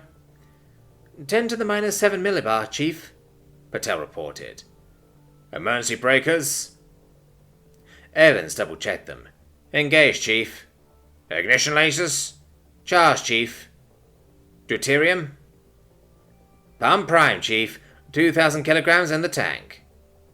ESCC field? Online, Chief. Sphincters? There was a round of laughter. Evans spoke up. Clenched, Chief. Ando flashed a one-sided grin at the younger man and called the bridge. Captain, he said. Reactor room. We're ready for ignition, sir. Excellent news. Wake her up, Chief. Aye, aye, sir. Ando patted Callie's hull affectionately. All right, girl, let's get you home, eh? Amen, somebody muttered. All right, Hookie. Ando gestured to Patel. Do the honors. She nodded, took a deep breath, popped the cover on the fusion reactor's main ignition, and thumbed the huge red button thus revealed. It made an alarming slamming sound. Nobody flinched. It was exactly what they'd hoped to hear. Stage 1 ignition complete and burning. Increasing deuterium flow. Stable. Reaction temperature steady at 11 million Kelvin. That's our girl, Ando grinned. The generator array was reporting nothing but green across the board, as the force fields deep within it simultaneously compressed, contained, and enabled the fusion reaction, and bled off the surplus energy for electricity. It wasn't quite perfect. Ando had cut his teeth on gas turbine engines and supercritical water generators. He missed hearing the muffled howl of a turbine, next to which the fusion plants were disappointingly quiet. There was a steady low hum, almost inaudibly faint, but it just wasn't the same. It didn't sound like a gigawatt. He grabbed the shipwide intercom. All hands prepare for a change in gravity, he announced, and hooted the alarm for good measure. He turned to Evans. Slow adjust to 1G. Aye, aye, Chief. The sensation of gravity weighing down on them picked up. They had become so used to 1/4 gravity over the last few days that it took a second or two to adjust to the natural weight of their bodies. Evans hissed as the ship dragged his wounded arm heavily downwards in its sling. LR? I'm fine, Chief, Evans professed. Nearly home, Ando promised him. How's the jump drive, Hookie? Patel gave a huge, bright smile as she checked it. Powered and ready to jump, Chief. We're above the yellow line. Ando snatched a fist in front of his chest in celebration, and contacted the bridge. Sir, we're ready to jump. Many thanks, came the terse reply. The situation on the bridge had to be just as tense and nervous as down in the reactor room. After all, they weren't home yet. Moments later, the alarm sounded for a jump. All across the ship, hatches were sealed, firefighting equipment prepared, and crew braced in case of another fire or power failure. There wasn't one. Instead, Caledonia shunted several megajoules into her jump engine, leapt through space in a direction other than up, and went home. Date point: 10th year, 4th month, 1st week, 7th day AV. Starship Negotiable Curiosity, Deep Space. Wilson, Titan, Akiyama. Being sore meant being on good speaking terms with pain. In fact, it meant having something that verged on being a friendship with pain. Pain was how they knew they were getting stronger. Pain told them where their limits were, so that they could push them back and back and back. If you weren't in pain, you weren't improving. That thought was becoming a mantra for Titan. His abdominal muscles had already cramped up and spasmed a couple of times now, as the unrelenting pressure of his IV mass forced him to push back. His limbs were tired, just from the simple fact of days spent living and moving around in a suit that weighed the best part of 150 pounds, even strapped down to the bare minimum as it currently was. Even his mind hurt. A man could function on regular power naps, but there was no substitute for a solid night's sleep. Preferably nude. Nothing heavier than his sheets, maybe not even those. Maybe a shower first, if he could hold it together that long. The suit had all the necessary pelvic plumbing to be worn for days, but that didn't mean it was hygienic. In fact, Titan was feeling filthy, itchy and disgusting. He knew that there was no detectable scent coming off him yet, but he also knew that the moment the seal on his suit was popped, the accumulated BO would bleach hair. And there were still 2 days to go. He had to face it. It was time to use another crew de-injector. He'd held out long enough. His buddies weren't faring any better, though Rebar was suffering the worst. The huge burst of energy he'd expanded chasing the escaped Mumruk through the marketplace had left him with a deficit that he never quite caught up on. He did his part just fine, keeping an eye on the ETs between sleep shifts, but that was all he did. Watch, eat, and sleep. His eyes were a long way away, staring blankly at nothing, and leaving his thoughts opaque. Akiyama knew how to help, though, and the burst of energy and vitality he was going to get from this next crude shot would be of value. That fact made him feel better about finally giving in and injecting it, 20 minutes before Blazinski was due to relieve him at the pilot station. That was plenty of time for it to work. They shared a weary greeting and hug as they traded places, and Titan headed back to the ship's common area, feeling much better now. He was going to need a lot of recuperation, but for now the pain subsided. His muscles regained some of their spent strength, and he felt more alert and focused. He sat next to Rebar and put an arm around the big guy's back. "Oh," he commented. Rebar's voice was little more than a rumble, way down in contrabass territory. "Yeah." "How are you doing for—" Titan glanced at Bedu's doorway. The courtier was still sitting there, as seemed to be his habit for the flight. "Doses." "2 left," Rebar grunted. He looked ashenly haggard, almost old. Despite the youthfulness that Crew D used to return to everybody, there were deep lines in his brow and around his eyes and mouth. "Gonna pop one tomorrow, and one for when we're landing." "Bro, don't even worry about that. You know Horse and Base will want to carry you off this thing if you need it." "You always gotta be the logical one, huh?" Rebar groused. "Shit, bro. Take my fucking sleep shift too. You need more than 2 hours. Ordinarily, Rebar would have refused. This time his expression was relieved and hopeful, but he still asked, "You sure? Pop a dose and get some real sleep in, man." Rebar nodded. He slipped open the blue-green Crew D pouch in his belt, pulled out one of the injectors, then leaned forward and injected himself through the little port in his suit's flank. It wasn't surprising at all when he slouched back against the wall, and then rested his head against Titan's arm. "Still pissed that fucking Quimbruk got away," he grumbled. Bedu had been sitting, as he habitually did, in the doorway to his cabin and watching them. Now he spoke up. Rumbrook was always an intelligent one, he commented, and resourceful. She was a pleasure to work with. Gotta give her, Reba yawed.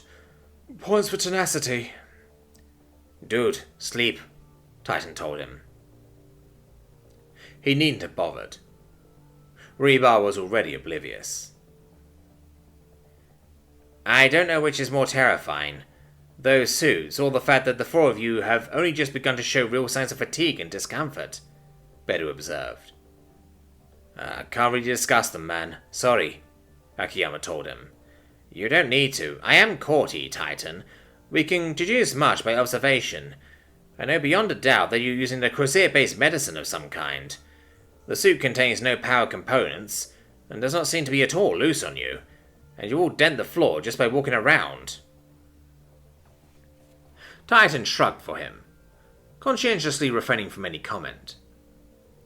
There was no point denying the cruiser observation, but he wasn't about to confirm it either. May I ask you a question? Bedu asked. Sure. Are you doing this voluntarily? Absolutely, Titan nodded. You are clearly in severe pain. You're exhausted, incomprehensibly far from home. Crusade use has deviated your body far from the human baseline. And you have placed yourself in harm's way for the lives of species other than your own? Voluntarily? That's right. Hell, they tried to talk us out of it. Bedu's brow arched upwards. Titan didn't know if that was a native courty gesture, or one he was imitating. You were dissuaded? Oh yeah, time and time again. The highway to becoming sore is designed to persuade you to quit and go to something easier.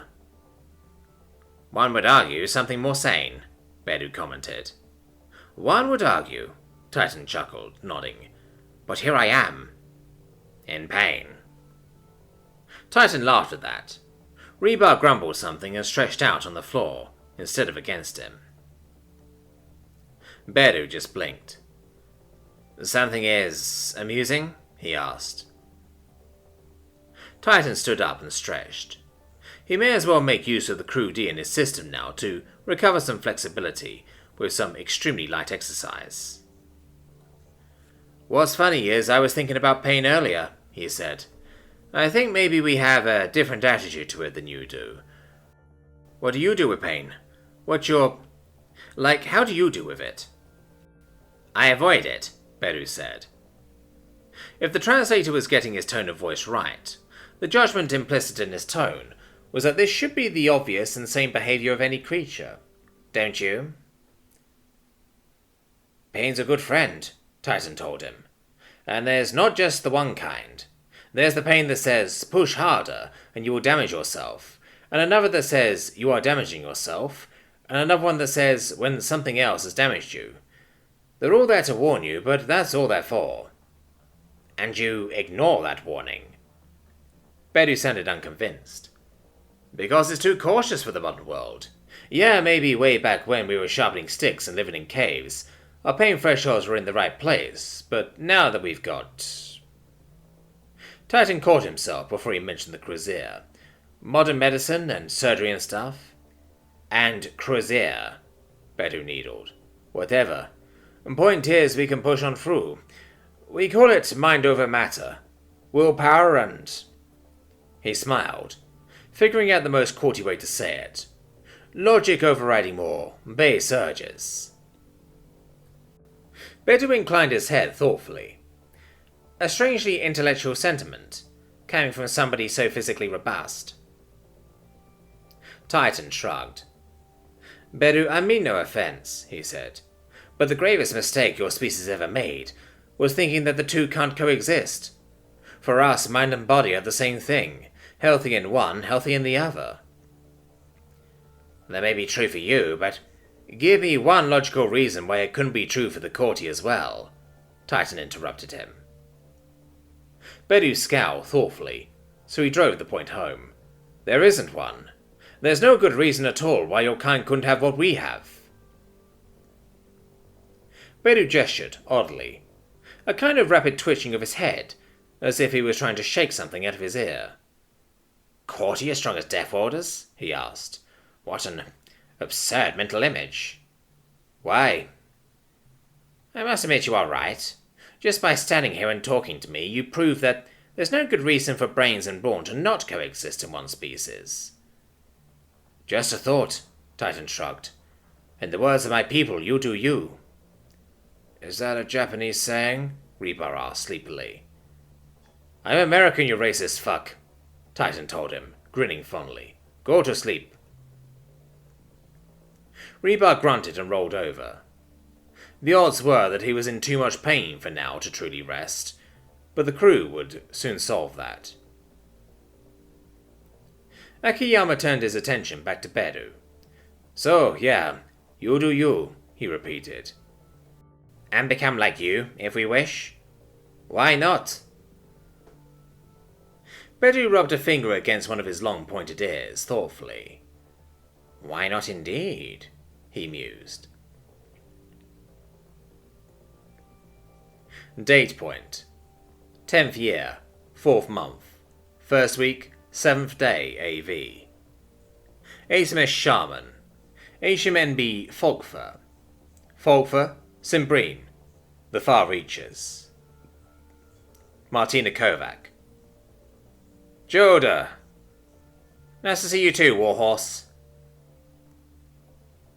Sergeant Aries stepped up the ramp and into the shuttle. Martina was the only one aboard it. Only the Saw were offloading a Simbrine, and as the only injury among them, she had been shuttled down early for medical reasons. "Shit on Jesus," he said. "When they called down from Cali and said I had a burn patient to look after, they didn't say it was you. Are you okay?" Kovac feigned nonchalance.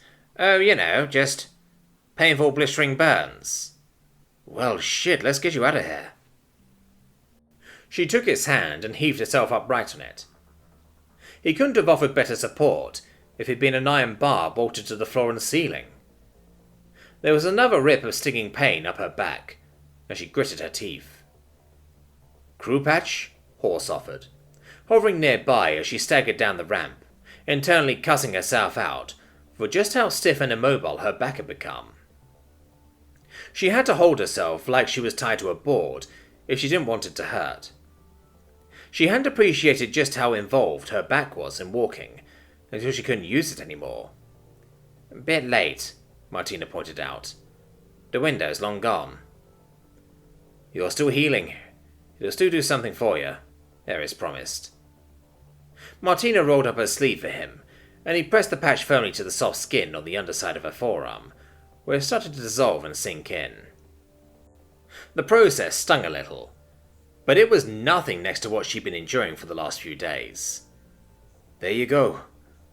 You'll have a lot of, dead skin back there after the crew's done its bit. Gonna need to exfoliate."